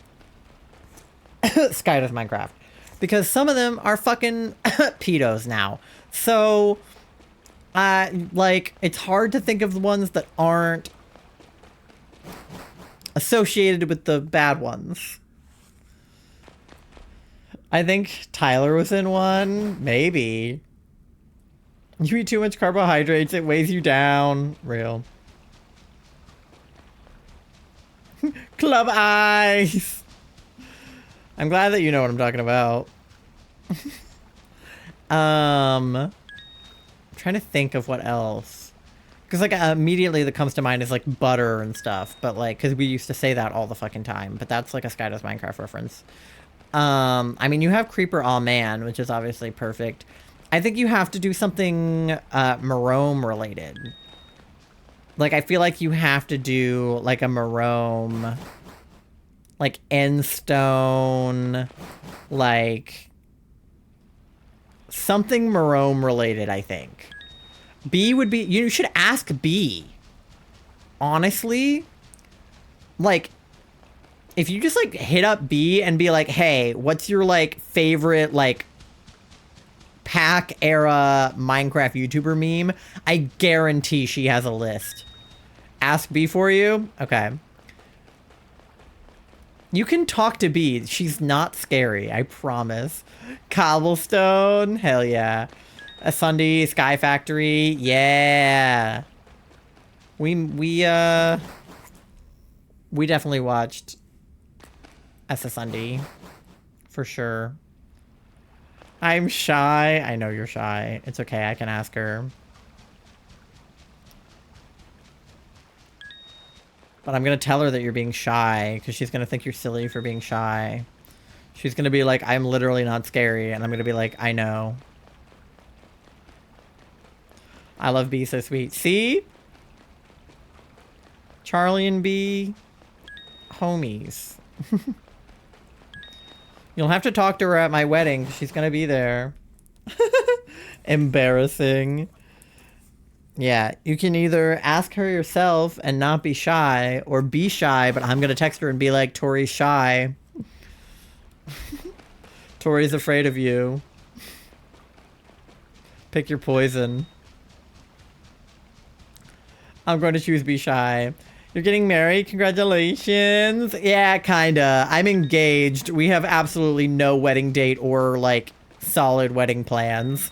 But there will be a wedding eventually. At some point, when we have money. Is to me. Yeah, they know that I'm getting married to you, Moth. I would not be getting married to anybody else. That would be insane. I was almost engaged. You're young to have been almost engaged. I assume it was to the high school sweetheart guy that you were with for like 5 years. But if it wasn't, you're too young to be engaged. The ex, yeah. Because, like, I mean, granted, like, I know people used to get married young or whatever, but the only exception is in cases where you were, like, together your whole lives. Because our friend Moth, not to be confused with the Moth in chat, totally separate Moth, also named Moth, got engaged to her fiance, like, when they were, like, 18. But they aren't getting married until this year, so it's been a while. And Charlie and I are kind of the same way. Like, we're engaged now, but we probably won't get married for at least another year. Because we have to save up and whatever. But we needed to be engaged for, like, practical reasons more than anything. Like, yes, we love each other, obviously. But we got engaged for, like, practical reasons, such as insurance. Because insurance. Taxes. Because taxes. And because fiance sounds so much better than partner. I love getting to call them my fiance. Calling them my partner felt like so, like, I don't know, like, it felt like we were, like, in a law firm when I was like, this is my partner. It just, or, like, I don't know. It, like, fiance is just better. All we know is that you will be there. Yeah, you will be there and B will be there. B is 100% invited because they've been my best friend since I was, like, a baby. And then, Tori will be there. Shannon will be there. Everyone's gonna be there. I mean, my sister got married early because she wasn't married to her husband. Yeah, well, okay, military is different. That's a reason to be engaged that young. I think it sucks, but I get it. I get it when people in military get engaged early. That makes sense. There are a few exceptions to the rule. If you're getting married for practical reasons, more so than, like, you know, love and commitment reasons, it makes sense. Like, which isn't to say that they don't love each other, obviously. But, like, if your spouse is in the military and they're gonna, like, go off, you know, to war or whatever, and getting married is practically useful, then that makes sense. Like, Charlie and I getting married so that they can be on my insurance and so that we can do the taxes together, but not actually having a ceremony for another couple of years.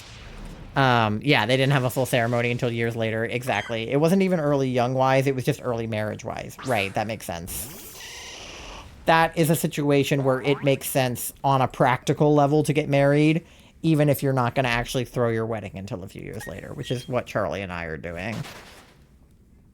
Getting legally married now and getting actually married in a few years. But, you know, that's how it be.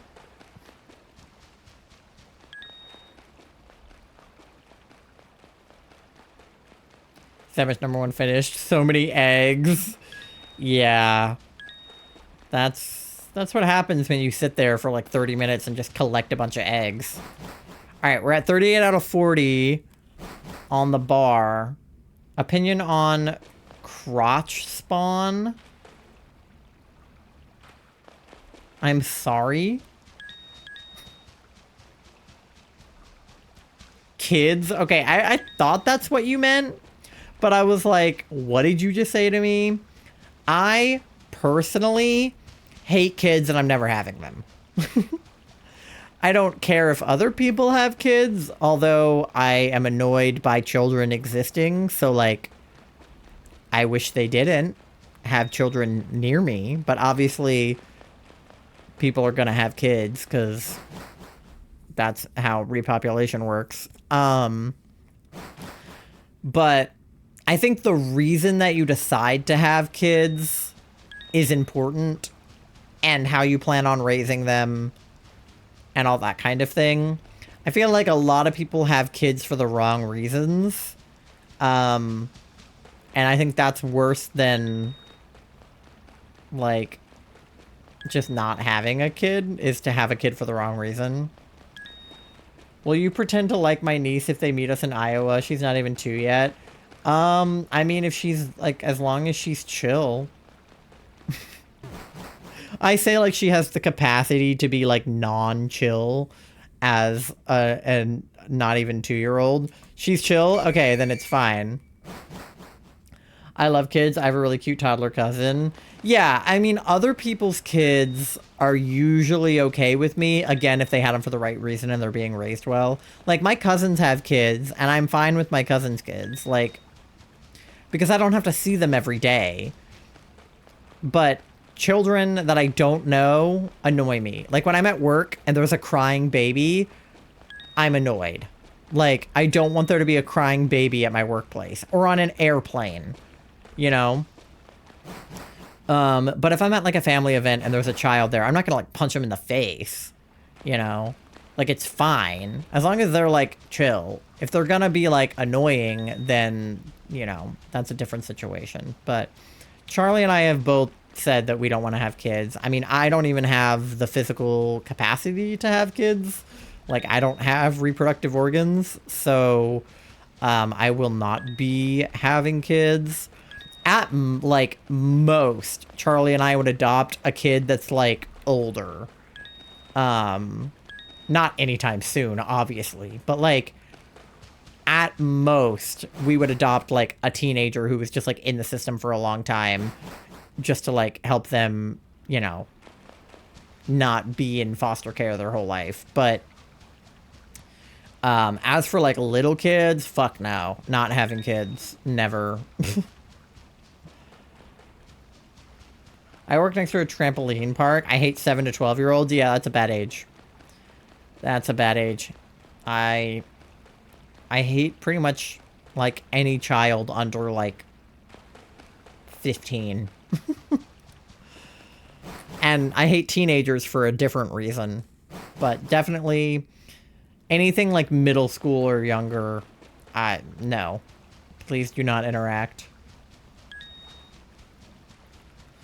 Trampoline park next to a pet store is a bad idea. Oh, that is a bad idea, because then everybody wants to come in and be like, oh my god, let's pet the dogs and blah, blah, blah, blah. Kids go nuts in a pet store. They treat it like an aquarium. Which, Tori. I don't like kids, but my sign is a nurture, so when I hear a toddler coughing and sees a toddler running, I get concerned. Yeah, I do not have the, like, A, like, the baby fever gene, and B, I do not have the nurturing gene either. You know how, like, some AFAB people are just, like, naturally nurturing, and they just, like, want to be mothers, and it's, like, something they yearn for?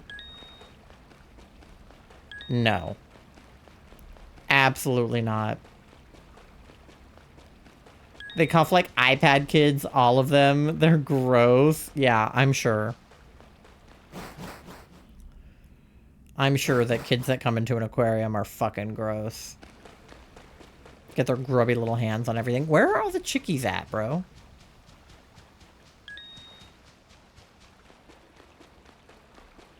I feel like I haven't seen one in here. Where are all the chickies at? I feel like I haven't seen, like, chickies or crawdons. What's going on?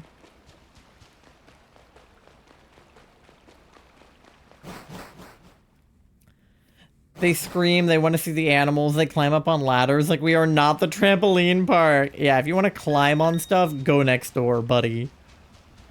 God. Alright, Trico. Not who I'm looking for.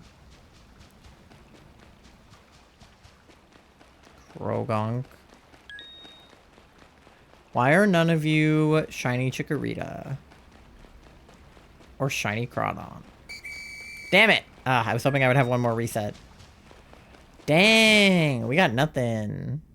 I'm still holding eggs, right? Or am I holding chickies? I'm holding chickies. Okay. I was gonna say, it's been too long for eggs to hatch, to have not hatched. How many have we hatched? 1, 2, 3, 4, 5 rows? Or how many of these rows did I hatch? Wait. 1, 2, 3. That's 100 right there. So I hatched 1, 2, 3, 4. So that's 20. 25, 30. Oh, we're behind. Okay. Ladders for the top of shelves where we put the dog food bags. Oh, no. Yeah, you're not supposed to go up on those when you don't work at the pet store.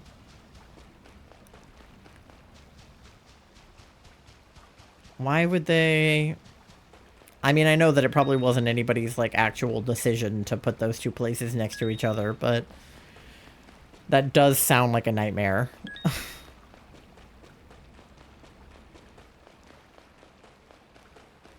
Literally, if they fall, they can sue us. Which is so insane, because it's like, you're not the ones... You're not, like, at the store being like, hey, kid, get up on this ladder. It'll be fun. It's like how if you get hurt on, like, in your neighbor's yard, right? Like, that was something my parents always said. Oh, now there's a Chikorita. Something my parents always said to me when I was a kid, when I went over to, like, my neighbor's house is, like, you know, or when kids came over to our house, really, is like, if they get hurt at our house, they can sue. And I'm like, who would actually do that, though? Like, unless it was genuinely our fault. As, like, the host. Like, if I'm having a birthday party and some kid, like, trips and breaks their arm, like, that's not my fault. And I feel like any, like, sane person would be like, hey, my kid fell, like, don't worry about it. You know, it's not your job to watch him, it's mine, right? Like, but I'm sure some insane parent would be like, I'm suing. Totally make the kids gladiator on top of the shelves. Winner gets a goldfish. Exactly, yeah. That's totally what you're doing, I'm sure. And if they fall, that's definitely not your fault at all for doing that. It obviously has nothing to do with you. Make sure when you give them a goldfish that you also give them a bowl that's way too small for a goldfish to inhabit. Because the media has told us that goldfish can be in bowls, which is just not true.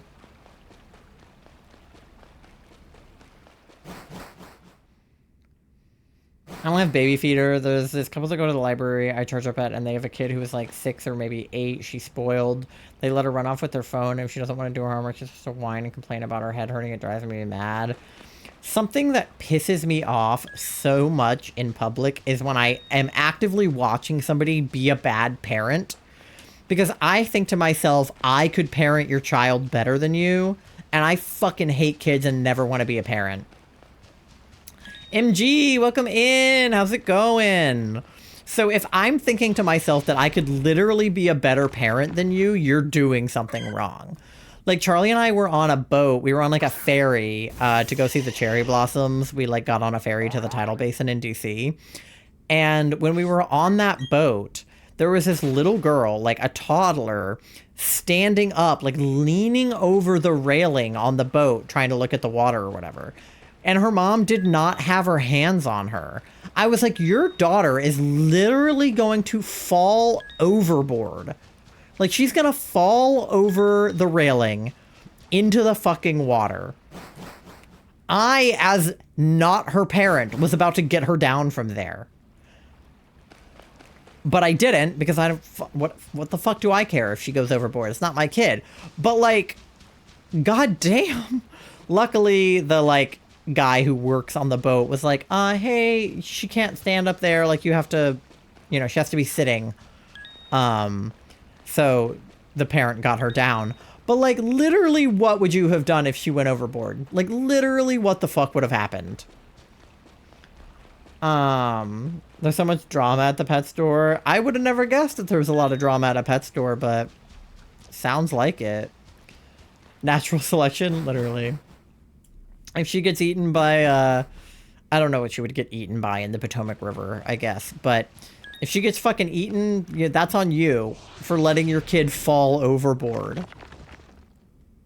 That toddler is as good as drowned. That's how you know they only had the kid for money reasons. Yeah. Like, or when, you know, there's a kid, like, in a restaurant, or, like, I work at a mall, right? If there's a kid, like, at the mall or in a restaurant, just, like, running around unattended, just, like, picking stuff up, and the number, oh my god. At my job, we have stuffed animals that, like, little plushies in these little bins by the register, right? Like, we don't sell stuffed animals, generally speaking, but we have bins by the register that have just, like, small stuff.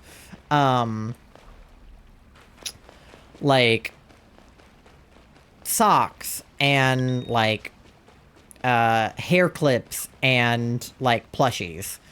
But generally that's, like, not the kind of stuff we sell, but it's the stuff we keep by the register. I don't sign no NDA so I can spill. They're not Squishmallows, but, they're just, like, generic stuffed animals. But the number of kids, like, babies, I see where the parent is waiting in line, the kid's getting impatient, so they start whining. The parent grabs one of the stuffed animals out of the bin and kind of shakes it in their face and is like, oh, look. And then the kid puts their grubby little hands on it and then puts it in their mouth. And then the parent puts it back in the bin. It's a $5 plushie. If your kid put it in their mouth, just buy it. Oh my God, just buy it. Yeah. They don't buy it. Like, what? You're out of your mind. They put it in their mouth. It happens at your job all the time. It makes me furious. It makes me so mad. Or like it'll be on the floor and they'll pick it up and like put it in their mouth. Oh my God. Or the number of times where I see same situation, they're waiting in line, the child's getting, you know, restless, they hand the child the stuffy, maybe he puts it in his mouth, maybe he doesn't, but the kid has attached themselves to the plushie, and then, you know, the parent tries to put it back in the bin as they're leaving, and then the child throws a tantrum, and they're like, no, I want it! And they start sobbing and grabbing onto it for dear life, and the parent's like, no, we're not getting that, and they put it back. And I'm like, you put it in front of your kid. Of course they're gonna want it. And now you're surprised that they want the $5 plushie. Oh my God, just buy it. Just fucking, it's $5, just buy it. Oh my God. Or don't put it in front of their face. Bring your own plushie, bring their own toy, give them something to self-soothe. Do not grab our merchandise, put it in front of them, and then they get attached to it and then not buy it. Like, oh my God, you're a bitch and I hate you. Thank you for paying your loan, MG. You're at 10,000. Let's go. The crotch goblins that put their mouths on the glass of the exhibits is so nasty. Especially at a fucking aquarium. I can't even imagine how dirty that glass is. I don't even wanna. The tantrums are my 13th reason. Oh my God, 13. Wait, my brain has pivoted. Oh my God. But yeah, no. And I'm at the register and I just have to deal with it. It's like, dude, you can't. It's so annoying. I don't want to hear a child throwing a hissy fit and kicking and screaming in my store. Like, I'm trying to check people out, and I'm like, oh, like, how's your day going? And there's just a screaming kid in the line. Like, oh my God, parent your kid better than that. I'm so sorry. No, I'm not. Parent your kid better than that. That, and of course, like, on a deeper level, all of the people that parent their kid in a bad way, in the sense that, like, their kid is gay and they kick them out for it, or they don't accept them for who they are, or whatever, or their kid is disabled and they don't get them the help they need, or, like, what have you. The number of parents with an autistic child that just, like, do not treat their, you know, child with any amount of respect or whatever. Like, those parents piss me off the most, because I'm like, I could parent a kid better than you. I would, at least, if my kid came out as gay, or if my kid was disabled, or if my kid had a niche interest or whatever, that I would accept them for who they are and not kick them out of the house, or not get them the help they need for mental illness or whatever. Like, the fact that I think I could do a better job parenting somebody else's kid when I have literally no interest in being a parent and also no maternal instinct, like, you're doing something wrong. I love it here. We all have so many similar reasons we don't want kids or have better parenting skills despite not wanting ones ourselves. Yeah. Like, obviously, I know that parenting is a really hard job, and I literally wouldn't wish it on anybody who doesn't want it, because I know how hard it can be and draining that it is. But, like, some things about parenting are easy, and they still manage to fuck it up.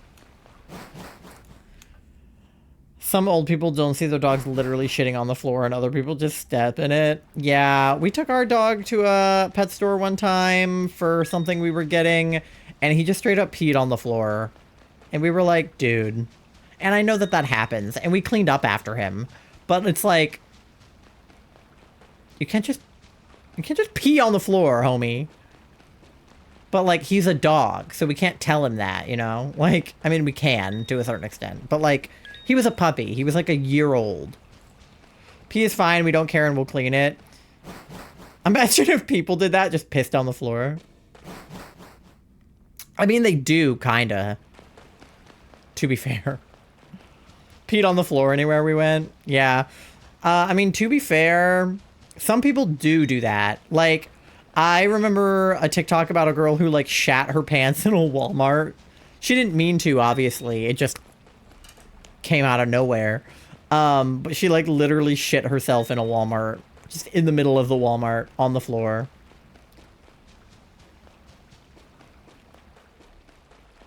Tyler also shit in a Walmart? No way, besties. Piss on DeFlo. It's like those TikToks that are like, get a job. No, I'm literally sitting on the floor. When he was a toddler. Well, okay, if you're a child, that's different. Like, get a diaper, I guess. But I'm talking about like an adult woman who shat herself. And obviously, again, not her fault. It came out of nowhere. But, like, just that concept. That poor woman. No, I can't imagine. Like, Charlie's come close to that where, like, because Charlie has, you know, irritable bowels and, you know, whatever. So Charlie has been like, if we don't pull over right now, like, I'm gonna shit. And then just kind of run into a store or a restaurant or whatever to poop. Lactose intolerance, yeah, that'll do it for sure. So I know that Charlie has definitely come close to, like, shitting or pissing their pants in public. It happens to the best of us, but, you know, it's not ideal, for sure. But it happens. I think in that woman's situation, too, she was wearing a sundress with, like, not a lot under it. Versus if you're wearing, like, jeans, you just end up shitting your own pants. Versus if you're wearing a dress and it just comes out onto the floor. So, you know, that's definitely something.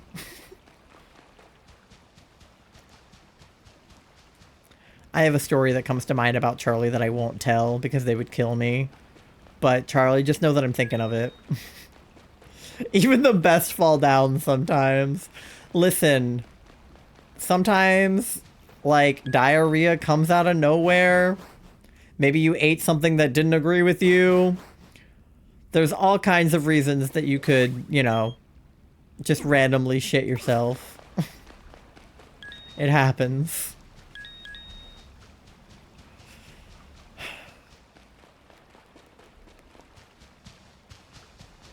Where are all the chickies at? Where are they at? I know it's... I started it, but I hate this conversation. I hate it too. We can leave. That makes sense more so if she decided to go commando. Yeah, I can't remember if she was commando or if she was just wearing like a thong or some like smaller underwear that, you know, wouldn't necessarily hold everything in. But either way... Just on the floor. Oh, there's a chickie. It would be really unfortunate if we did find the shiny Chikorita in the middle of talking about shitting on the floor of a Walmart. You know, we would have to name her like something piss related for sure. Could you imagine? I can, because I have found shinies talking about insane things. And then when I try to put it on TikTok, I'm like, how do I explain to TikTok what we were talking about?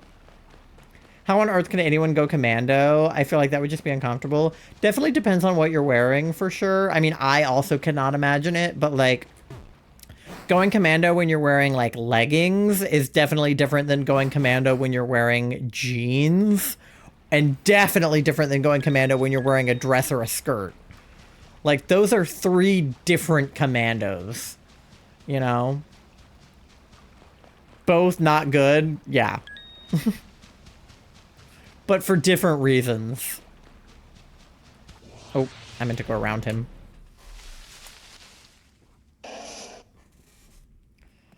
Jeans nor leggings. Yeah, nor a skirt. I feel like wearing a skirt and going commando is crazy.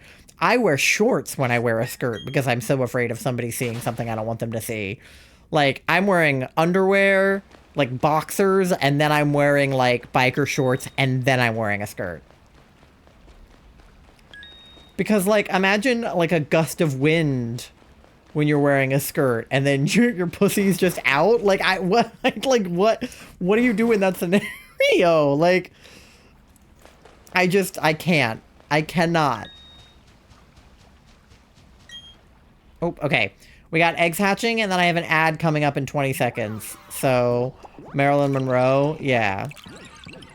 So, you guys get something to eat, something to drink. It'll probably be the last ad break of the night, because we only have about 30 minutes left to stream. So, if you haven't gotten your checks in or paid your loan, now is the time to do so. Get a snack, you know, do whatever you gotta do. And I'll see you guys on the other side of the ad in 3 minutes after we hatch these last Chikoritas. I wear leggings if I wear a dress.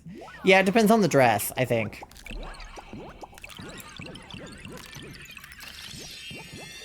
Thank you for the hydrate. I've got my watermelon hydration advanced GG, so. Exclamation point GG, get 10% off your order. And if you're not subscribed, consider subscribing if you want to break from the ads. You can do that too. Alright. No shiny. Alright. See you guys. Oh wait, we have one more. Just kidding, I can't count. Hold on. I really thought that was 5. Or just be a pasta writer and not get ads. Could be. Alright, not shiny. Be right back.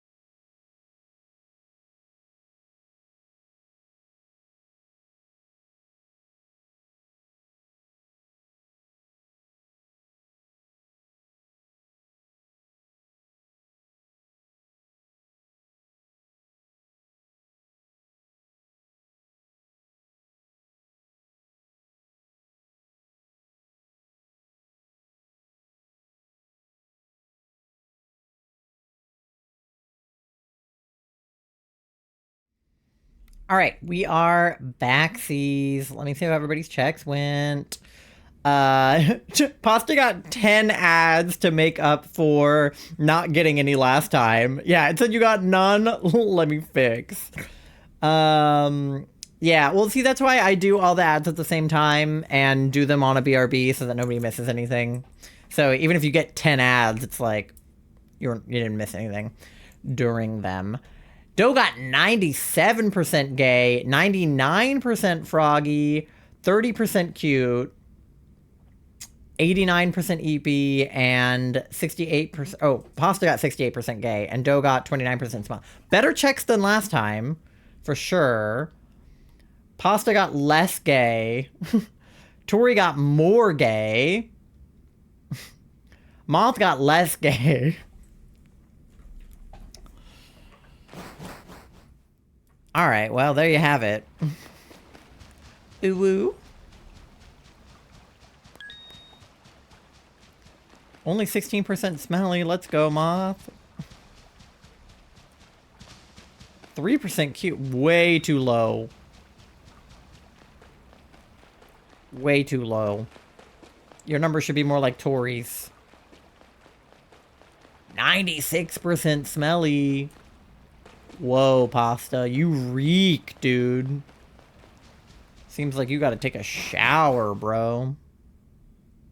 I got more smelly. I showered today. I don't know, man.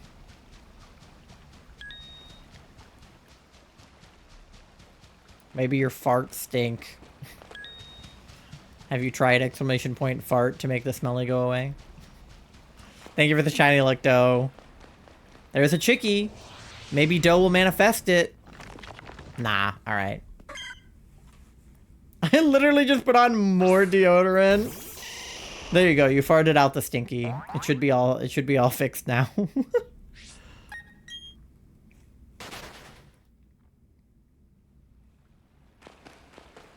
69% smelly. Well, it went from 96 to 69, so that's a pretty stinky fart.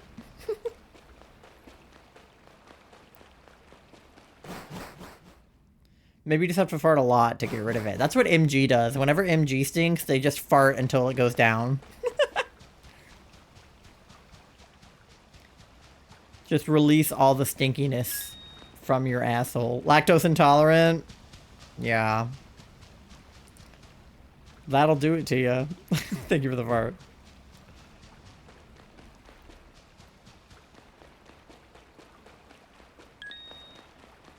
Alright, we're already at 30 out of 40 on the Diglett counter up there, so somebody in the online is working hard over there. We'll have to queue up Coconut Mall any minute here.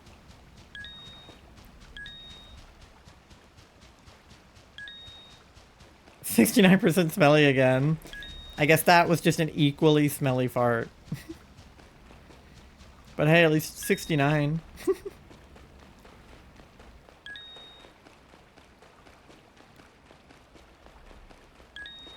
Joe has entered the Grand Underground. Welcome, Joe.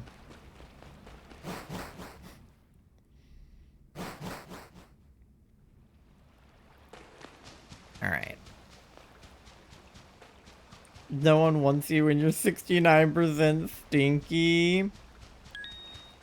You don't know that. Tori, you still want pasta even though they're 69% smelly?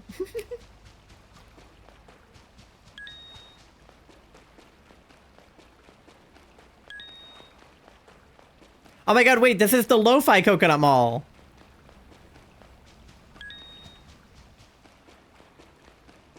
I just said we were gonna have to queue up Coconut Mall and it played the Lo-Fi one. Tori will still cuddle even when you're 69% smelly. See? I would still cuddle Moth even if they were 100% smelly. Isn't that right, Moth?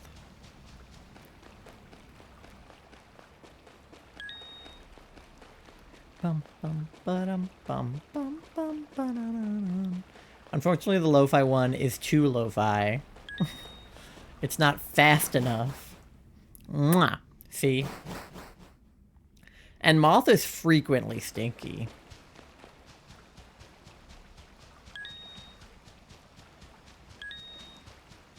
It's gonna sound so gross, but my ex used to come home from hockey and he was sweaty and smelly and I'd still cuddle him before he showered. Listen. I get it, you know. Oh, Joe left. Okay, bye, Joe. Cuddles are worth it. Yeah, listen. Charlie is very sweaty in their sleep. Like, I'll wake up and the sheets will just be, like, drenched. Is it ideal? No, but is it fine? Yeah. Like, I'll still cuddle, even if they're kind of slimy. I don't mind. Under pressure makes it hard for self-hygiene. Yeah. Been there.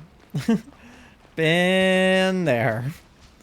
I do not brush my teeth nearly as much as a human person should. Which is why I have a dentist appointment next week, because I have a cavity. So, they have to fix that. Some just prefer their partner scent. That's true, too. You kind of start to go, like, scent blind to it, to be honest. Like, especially when you live together, like, the smell just kind of combines. Like, my smell and Charlie's smell just sort of combines into one combination stench. One of my front teeth disintegrated a flake off the other day. I have a chipped tooth. I have no idea how I chipped it. But my dentist was like, how did you chip your tooth? And I was like, I have a chipped tooth? I have no idea. Could have been anything. I grind my teeth really bad too, so I have a mouth guard I'm supposed to wear for that, and I don't really. But I just be grinding my teeth, so they're like a really funky texture. Like when they take the little camera in your mouth at the dentist, they're like, you have like, you know, caverns in your teeth from grinding, and I'm like, yeah. The thing is, I don't just grind my teeth at night. Like, obviously, I'm doing it unconsciously when I'm sleeping, but I have anxiety. Like, I grind my teeth during the day, and I don't even notice. I haven't brushed in, like, a few years. Yeah. I brush my teeth, I don't know, like, a couple times a week. Maybe less than that. Maybe once a week. It's not great. I shower, like, once a week. Maybe twice a week if I do a body shower. But I only do a head shower once a week. Try High Smile toothpaste and make it bearable for when you need to. Yeah, I use, like, fruity flavored toothpastes. Because the mint ones are too aggressive, so I use, like, bubblegum kids toothpaste, and I don't care. It's toothpaste. It doesn't matter what flavor it is. Mint does not make it fresher. It's literally just makes your breath smell like mint. But, like, the mint has no, like, dental effect. It's just a smell and a taste. So minty freshness is, like, not a real thing.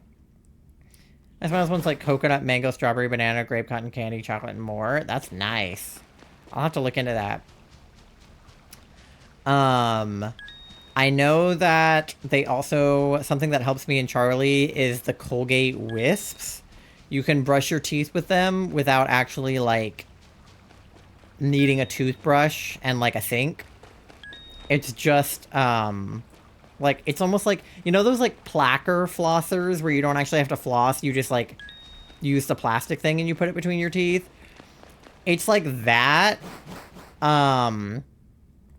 but for toothbrushing. So it's just like a little tiny plastic single-use wisp, and you just, like, rub it on your teeth, and it's, like, brushing for when you have, like, a bad mental health time and don't feel like brushing your teeth for real. Straw Nana! I love Straw Nana. Strawberry banana is, like, one of my favorite flavors of anything. I always get, like, a strawberry banana smoothie at smoothie places. I love a good straw nana. Bad mental and physical health. Yeah. I go in and out of phases where I'm going to try really hard and I'm going to brush my teeth every day. And then I do it for like a couple of days and then I immediately fall out of it. It's really hard to set the habit as somebody with ADHD. Because habits come naturally to people without ADHD, but they don't come naturally to people with it. So I have to like actively think about brushing my teeth in order to do it, where a neurotypical person just gets up in the morning and like their body just like muscle memories brushing their teeth for them. Whereas I will forget if I don't have like 5 reminders telling me to do it. The smoothie kills me, but it tastes so good. It happens. Alright. Where are all the chickies at? I feel like the number of chickies we've seen has, like, gone down.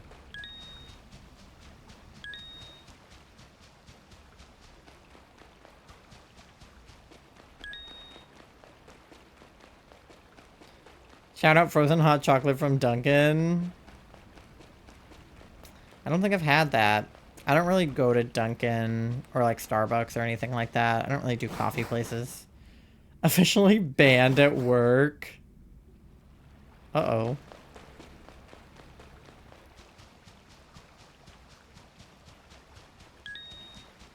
Alright, come on.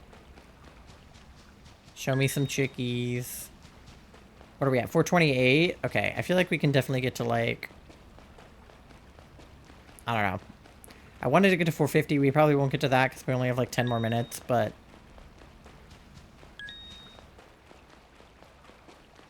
something close. I'm gonna get Coconut Mall queued because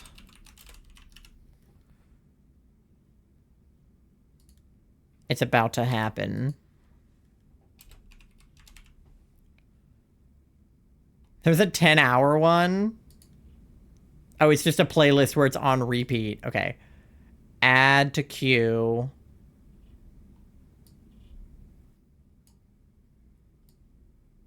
Okay. I get a pineapple slush from the Chinese food place near me. That sounds good. I like getting the, like, slushy boba when I go to boba places. Like, I get milk teas and stuff, too. But I do like getting fruit teas and, like, slushies, too. Depends on what I'm in the mood for. But there's a boba place, like, at the mall where I work. And I have been working my way through all their different flavors. Because they have, like... you know, all your classic milk teas, like brown sugar, taro, all that kind of stuff. But then they have, like, a pretty good collection of, like, fruit teas and fruit slushes. And I love getting them with, like, the little, like, fruit jellies. Love that shit. But I also love, like, classic boba, too. Just depends on the day. Oh, here come the eggs. Just in time, because I feel like the thing is about to go off. Yeah, we're at 37. Gonna lurk for rest of stream. Text me after. Okay, will do. Thank you for the lurk.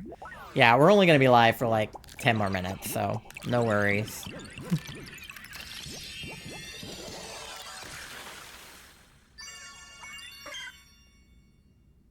Alright.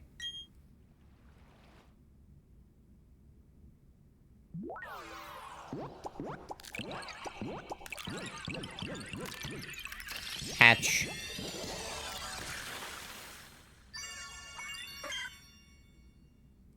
Not shiny. Come on, somebody be shiny. That would be so cool and fun, don't you think? Don't you think it would be cool and fun to be shiny?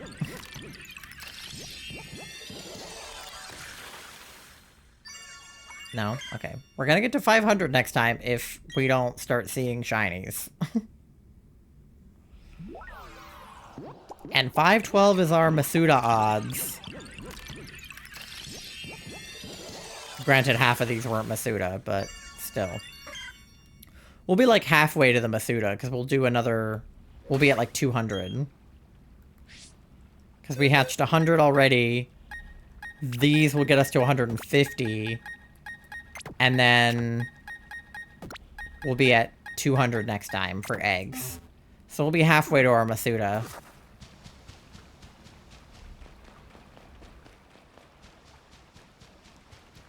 And that's without, like, riding a bike and having a flame body. Alright, we're at 38 out of 40. Okay.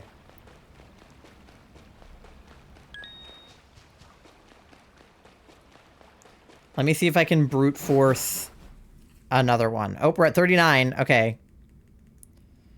I do think we're going to brute force another one then. If I get one on Charlie's.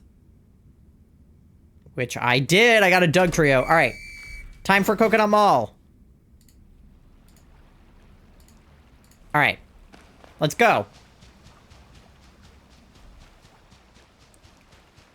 Kung Fu Boba was a boba shop that I frequented with my ex. Oh, yeah. I think I've been to Kung Fu Tea. I think it's like... Oh, there is a Crawdon. Wait, we should check him. I always got the pineapple slush or strawberry with grape popping boba. Yeah, I like strawberry. Alright, not shiny. I feel inclined to check them just in case. The odds of a Crawdon being shiny again are so low, but I feel bad. But I feel like we gotta hone in on chickies. We're at 433, so if we can get to 2 more, we'll be at 435, and then I'll hatch 5 eggs, and we'll be at 440. Which is close to 450. But yeah, Kung Fu Tea has good stuff. I'm pretty sure there's one around here.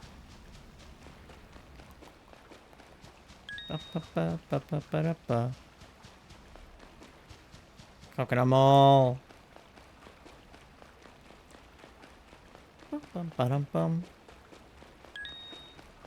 I'm hungry. I'm gonna have to get dinner after this. Oh, we got a chickie. Be shiny, be shiny, be shiny. God damn you.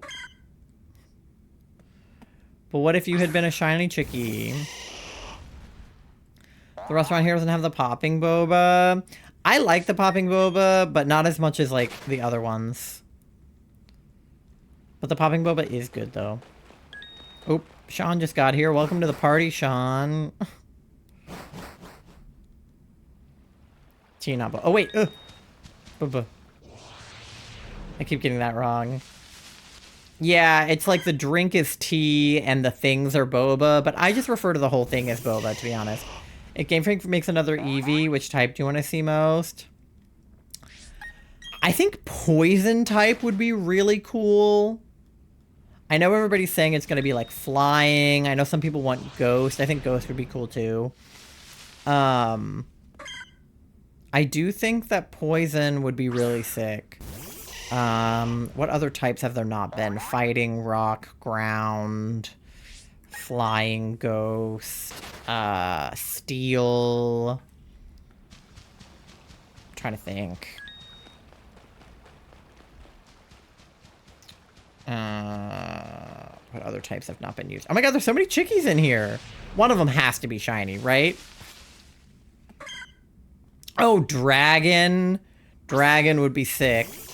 Yeah, dragon, ghost, poison, any of those would be good. Flying would be cool, but, like, it's not at the top of my list. I definitely don't want to see fighting. I don't want... I really don't want them to make it, like, bipedal. Not that all fighting types are bipedal, but I feel like a lot of them are.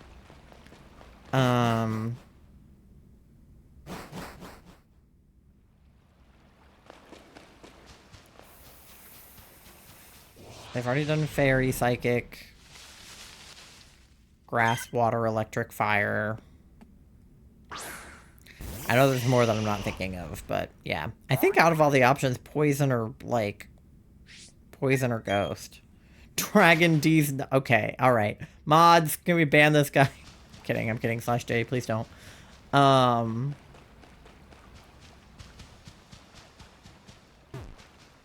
No! Get him out of here. Another place we went to was called Simply Boba. I haven't heard of that one. Oh no! I feel like the time was so short. Damn. I was really hoping. Alright, well we still have these last 5 eggs to do. So...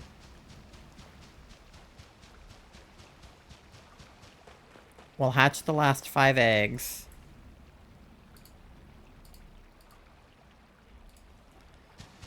And see if we see any other chickies in the meantime. Because we're so close to getting to 450. We're at 438. So if we hatch 5 eggs, we'll be at 443. So we won't quite get to 450, but we'll be close.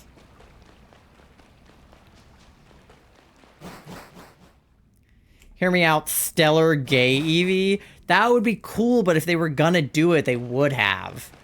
Like, they would have done it in Scarlet Violet, you know? But it would have been sick if they had done it, but they didn't.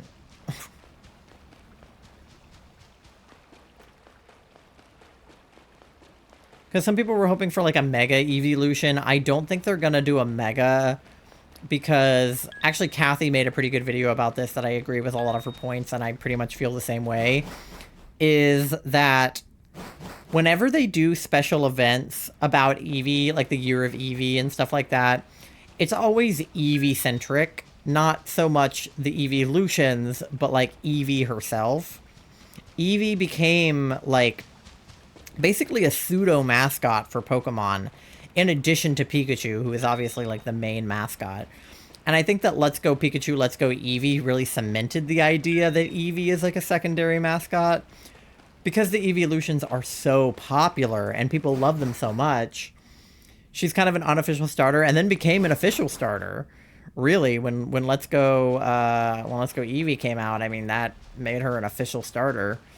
So she's definitely like an important Pokemon. And the Eeveelutions, being that there's what, like 8 of them or 7 of them, 8 of them, they, like, when they do gimmicks like Megas, like Terras, like Gigantamax, like things like that, they really do it for, like, they don't do stuff like that for individual Eeveelutions. It's like an all or nothing kind of thing. Like, you would never see them do, like, just a Mega Sylveon, but no other Megas. Or just a Mega Umbreon, but no other Megas. When they did, like, you know, Stellar Terra, you know, they did an Eevee raid event, and they did, like, a G-Max Eevee, right? Like, they didn't do every individual Eeveelution, because I think they try to keep them relatively on the same playing field. Like, obviously there are some Eeveelutions that are more popular than others, but I think in the grand scheme of things, Pokemon Company doesn't want to make certain Eeveelutions more powerful or more popular than the others. Even though there are, of course, some that are more popular. But I think they try to keep them all even, like merch-wise and things like that. Obviously, there's some more stuff for, like, the original 3 and for Umbreon and Espeon and Sylveon because they're more popular. But, like, I think they don't want you to, like... They don't want one Eeveelution to come out on top of the other ones. So I think they wouldn't do Megas because otherwise they would have to Mega every single Eeveelution. Or introduced a new Mega Eeveelution. And it just seems unlikely that they would do either of those. And you can't really Mega Eevee because the idea is that it's an evolution. So she would have to evolve for there to be a Mega, you know? My Eevee, let's go, his name Himwari. We were robbed of a flying Eeveelution. We don't know that we were robbed.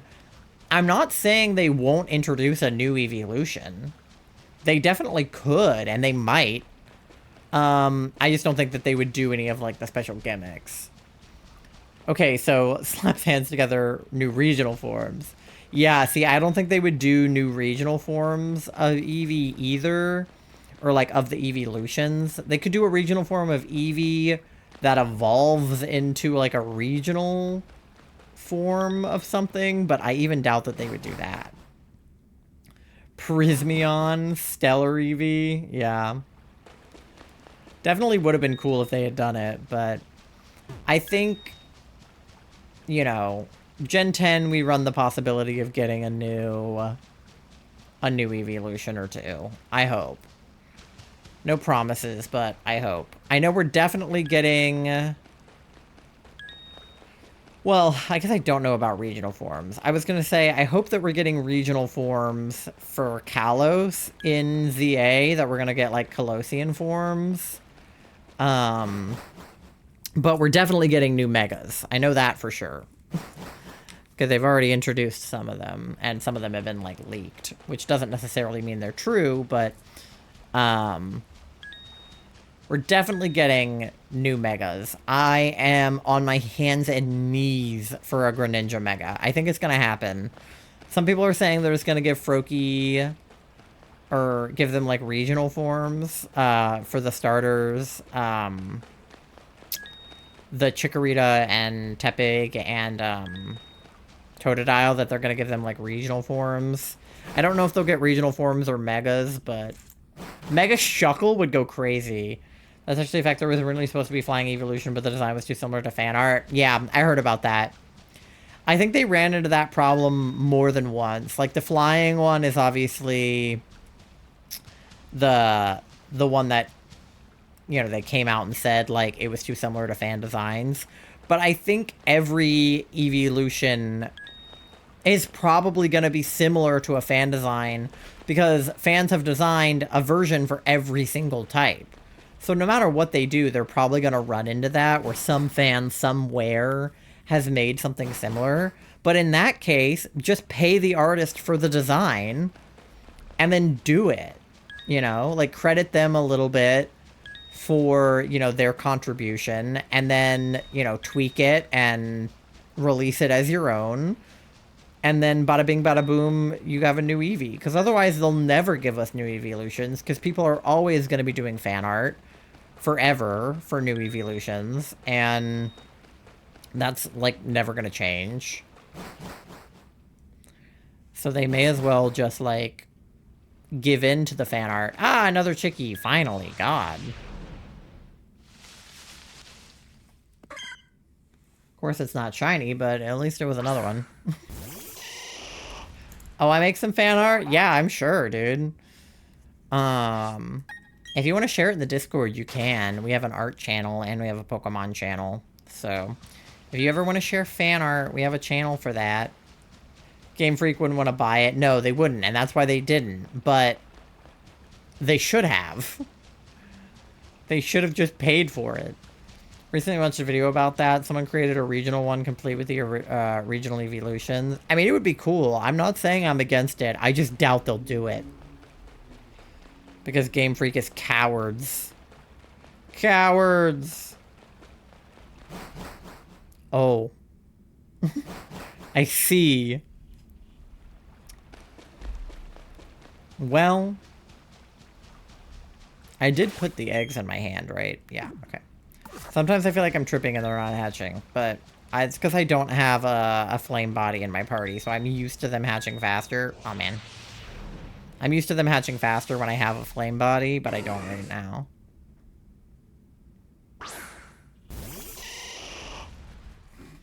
So I'm like, oh, why are they hatching so slow? Answer, I don't have a flame body, that's why. I was hatching them off stream, just riding my bike around with a flame body, and it was so much faster. Much faster than this.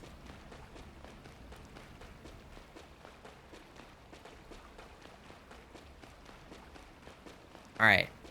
Give me one more Chickie so that we can get to 445. Fan art is nice. I love a good fan art. Depending on the content. But generally speaking, I think fan art is great. Some fan art is not great, but a lot of it is.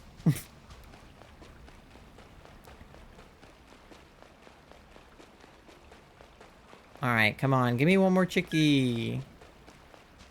Please. Just one more. Why did it just now say that Moth is playing Brilliant Diamond? They've been playing Brilliant Diamond. What do you mean?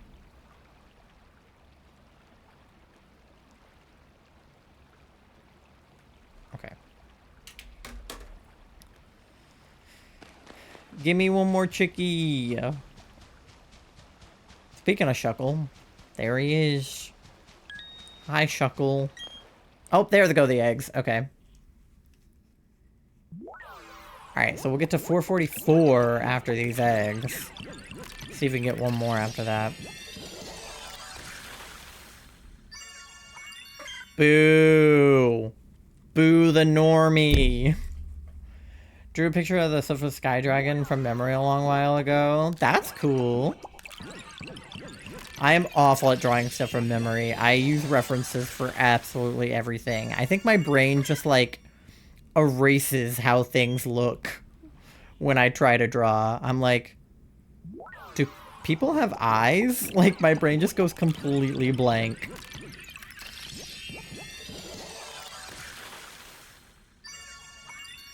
God damn it. Can one of these bitches shine?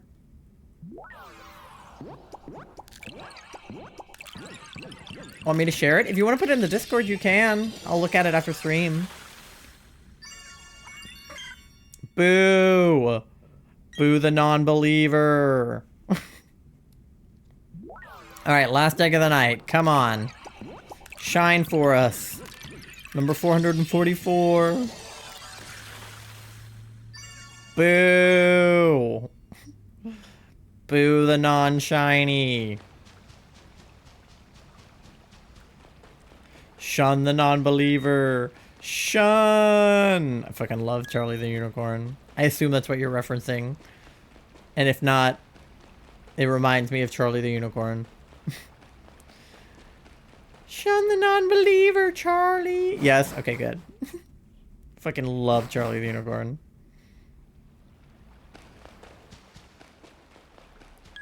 I have, like, permanent... Oh, there we go. I have, like, permanent vocal stems from Charlie the Unicorn. That, too.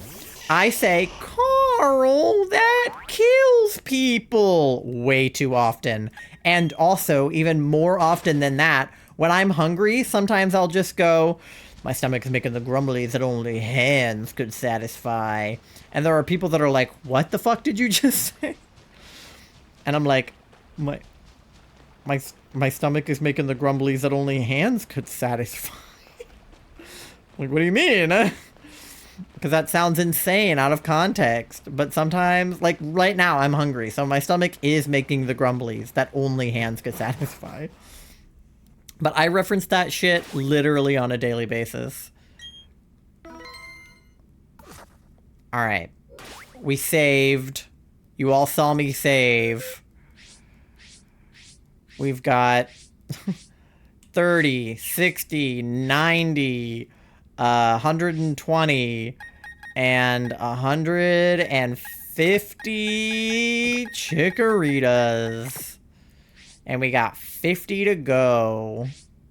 This is actually, wait. This is 55, but whatever. We have 55. Alright, save again. Got a double save. Okay. Alright, well. Time to end stream. Judging by the trajectory of the sun and the moon, probably at the bottom of the ocean, I chewed lots of holes in them. Yeah, my family goes on, like, cruises sometimes. And, whenever I see the life rafts on the cruise ships, I think of that. Alright, let me find somebody to raid. There's somebody, I think, who might be live, or they might not be anymore, but they went live earlier. Okay, though, they're not live anymore. Dang, I was hoping. Okay. Well, we can just raid someone who's not them, I guess. Tori, if you're still here, are any of your friends that you want me to raid live? I can do it today if you want. Otherwise, ooh, there are some people that I can raid. Otherwise, why is this boat wet and sticky? You're real for that. Posted in the art channel of the Discord. Okay, I will check it out in just a minute once I end stream. My socials are there. Malt just pinged them. You can follow me on TikTok, Twitter, YouTube, Instagram, and Blue Sky. I have a TikTok I'm cooking up from last Thursday. For those of you who are here, you know what I'm talking about. You can join the Discord. We're doing a movie night this upcoming weekend. So if you're into movies, we also do a question of the day every single day. So you can come for that. You can use my code Self-Titled 10 to get 10% off of your advanced GG order. And you can also visit our coffee shop if you want to buy the stuff that Wheeze makes. Okay, I've got a friend playing Minecraft who I have not raided in a little while. I don't know what she's doing, but it's Minecraft, so I'm gonna send you guys over there because I'm in a Minecraft mood as of recent. So we're gonna raid Strawberry. Strawberry Moon.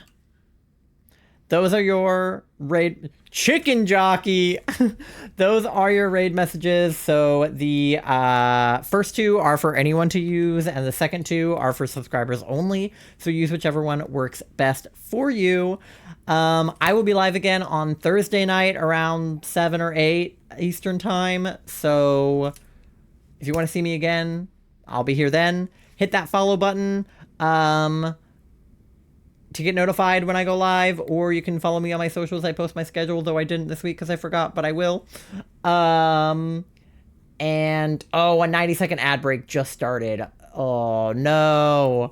We're going to be sent into ads. Rip. Well, hopefully some of you guys won't have an ad, but yeah. Oh, wait, it already ended for me. Never mind. We're chilling. Okay. Well, I'm going to send you guys over there. Give Strawberry your love. I will see you next time. Have a great rest of your time zone. Get some rest. And yeah. Good night. Bye.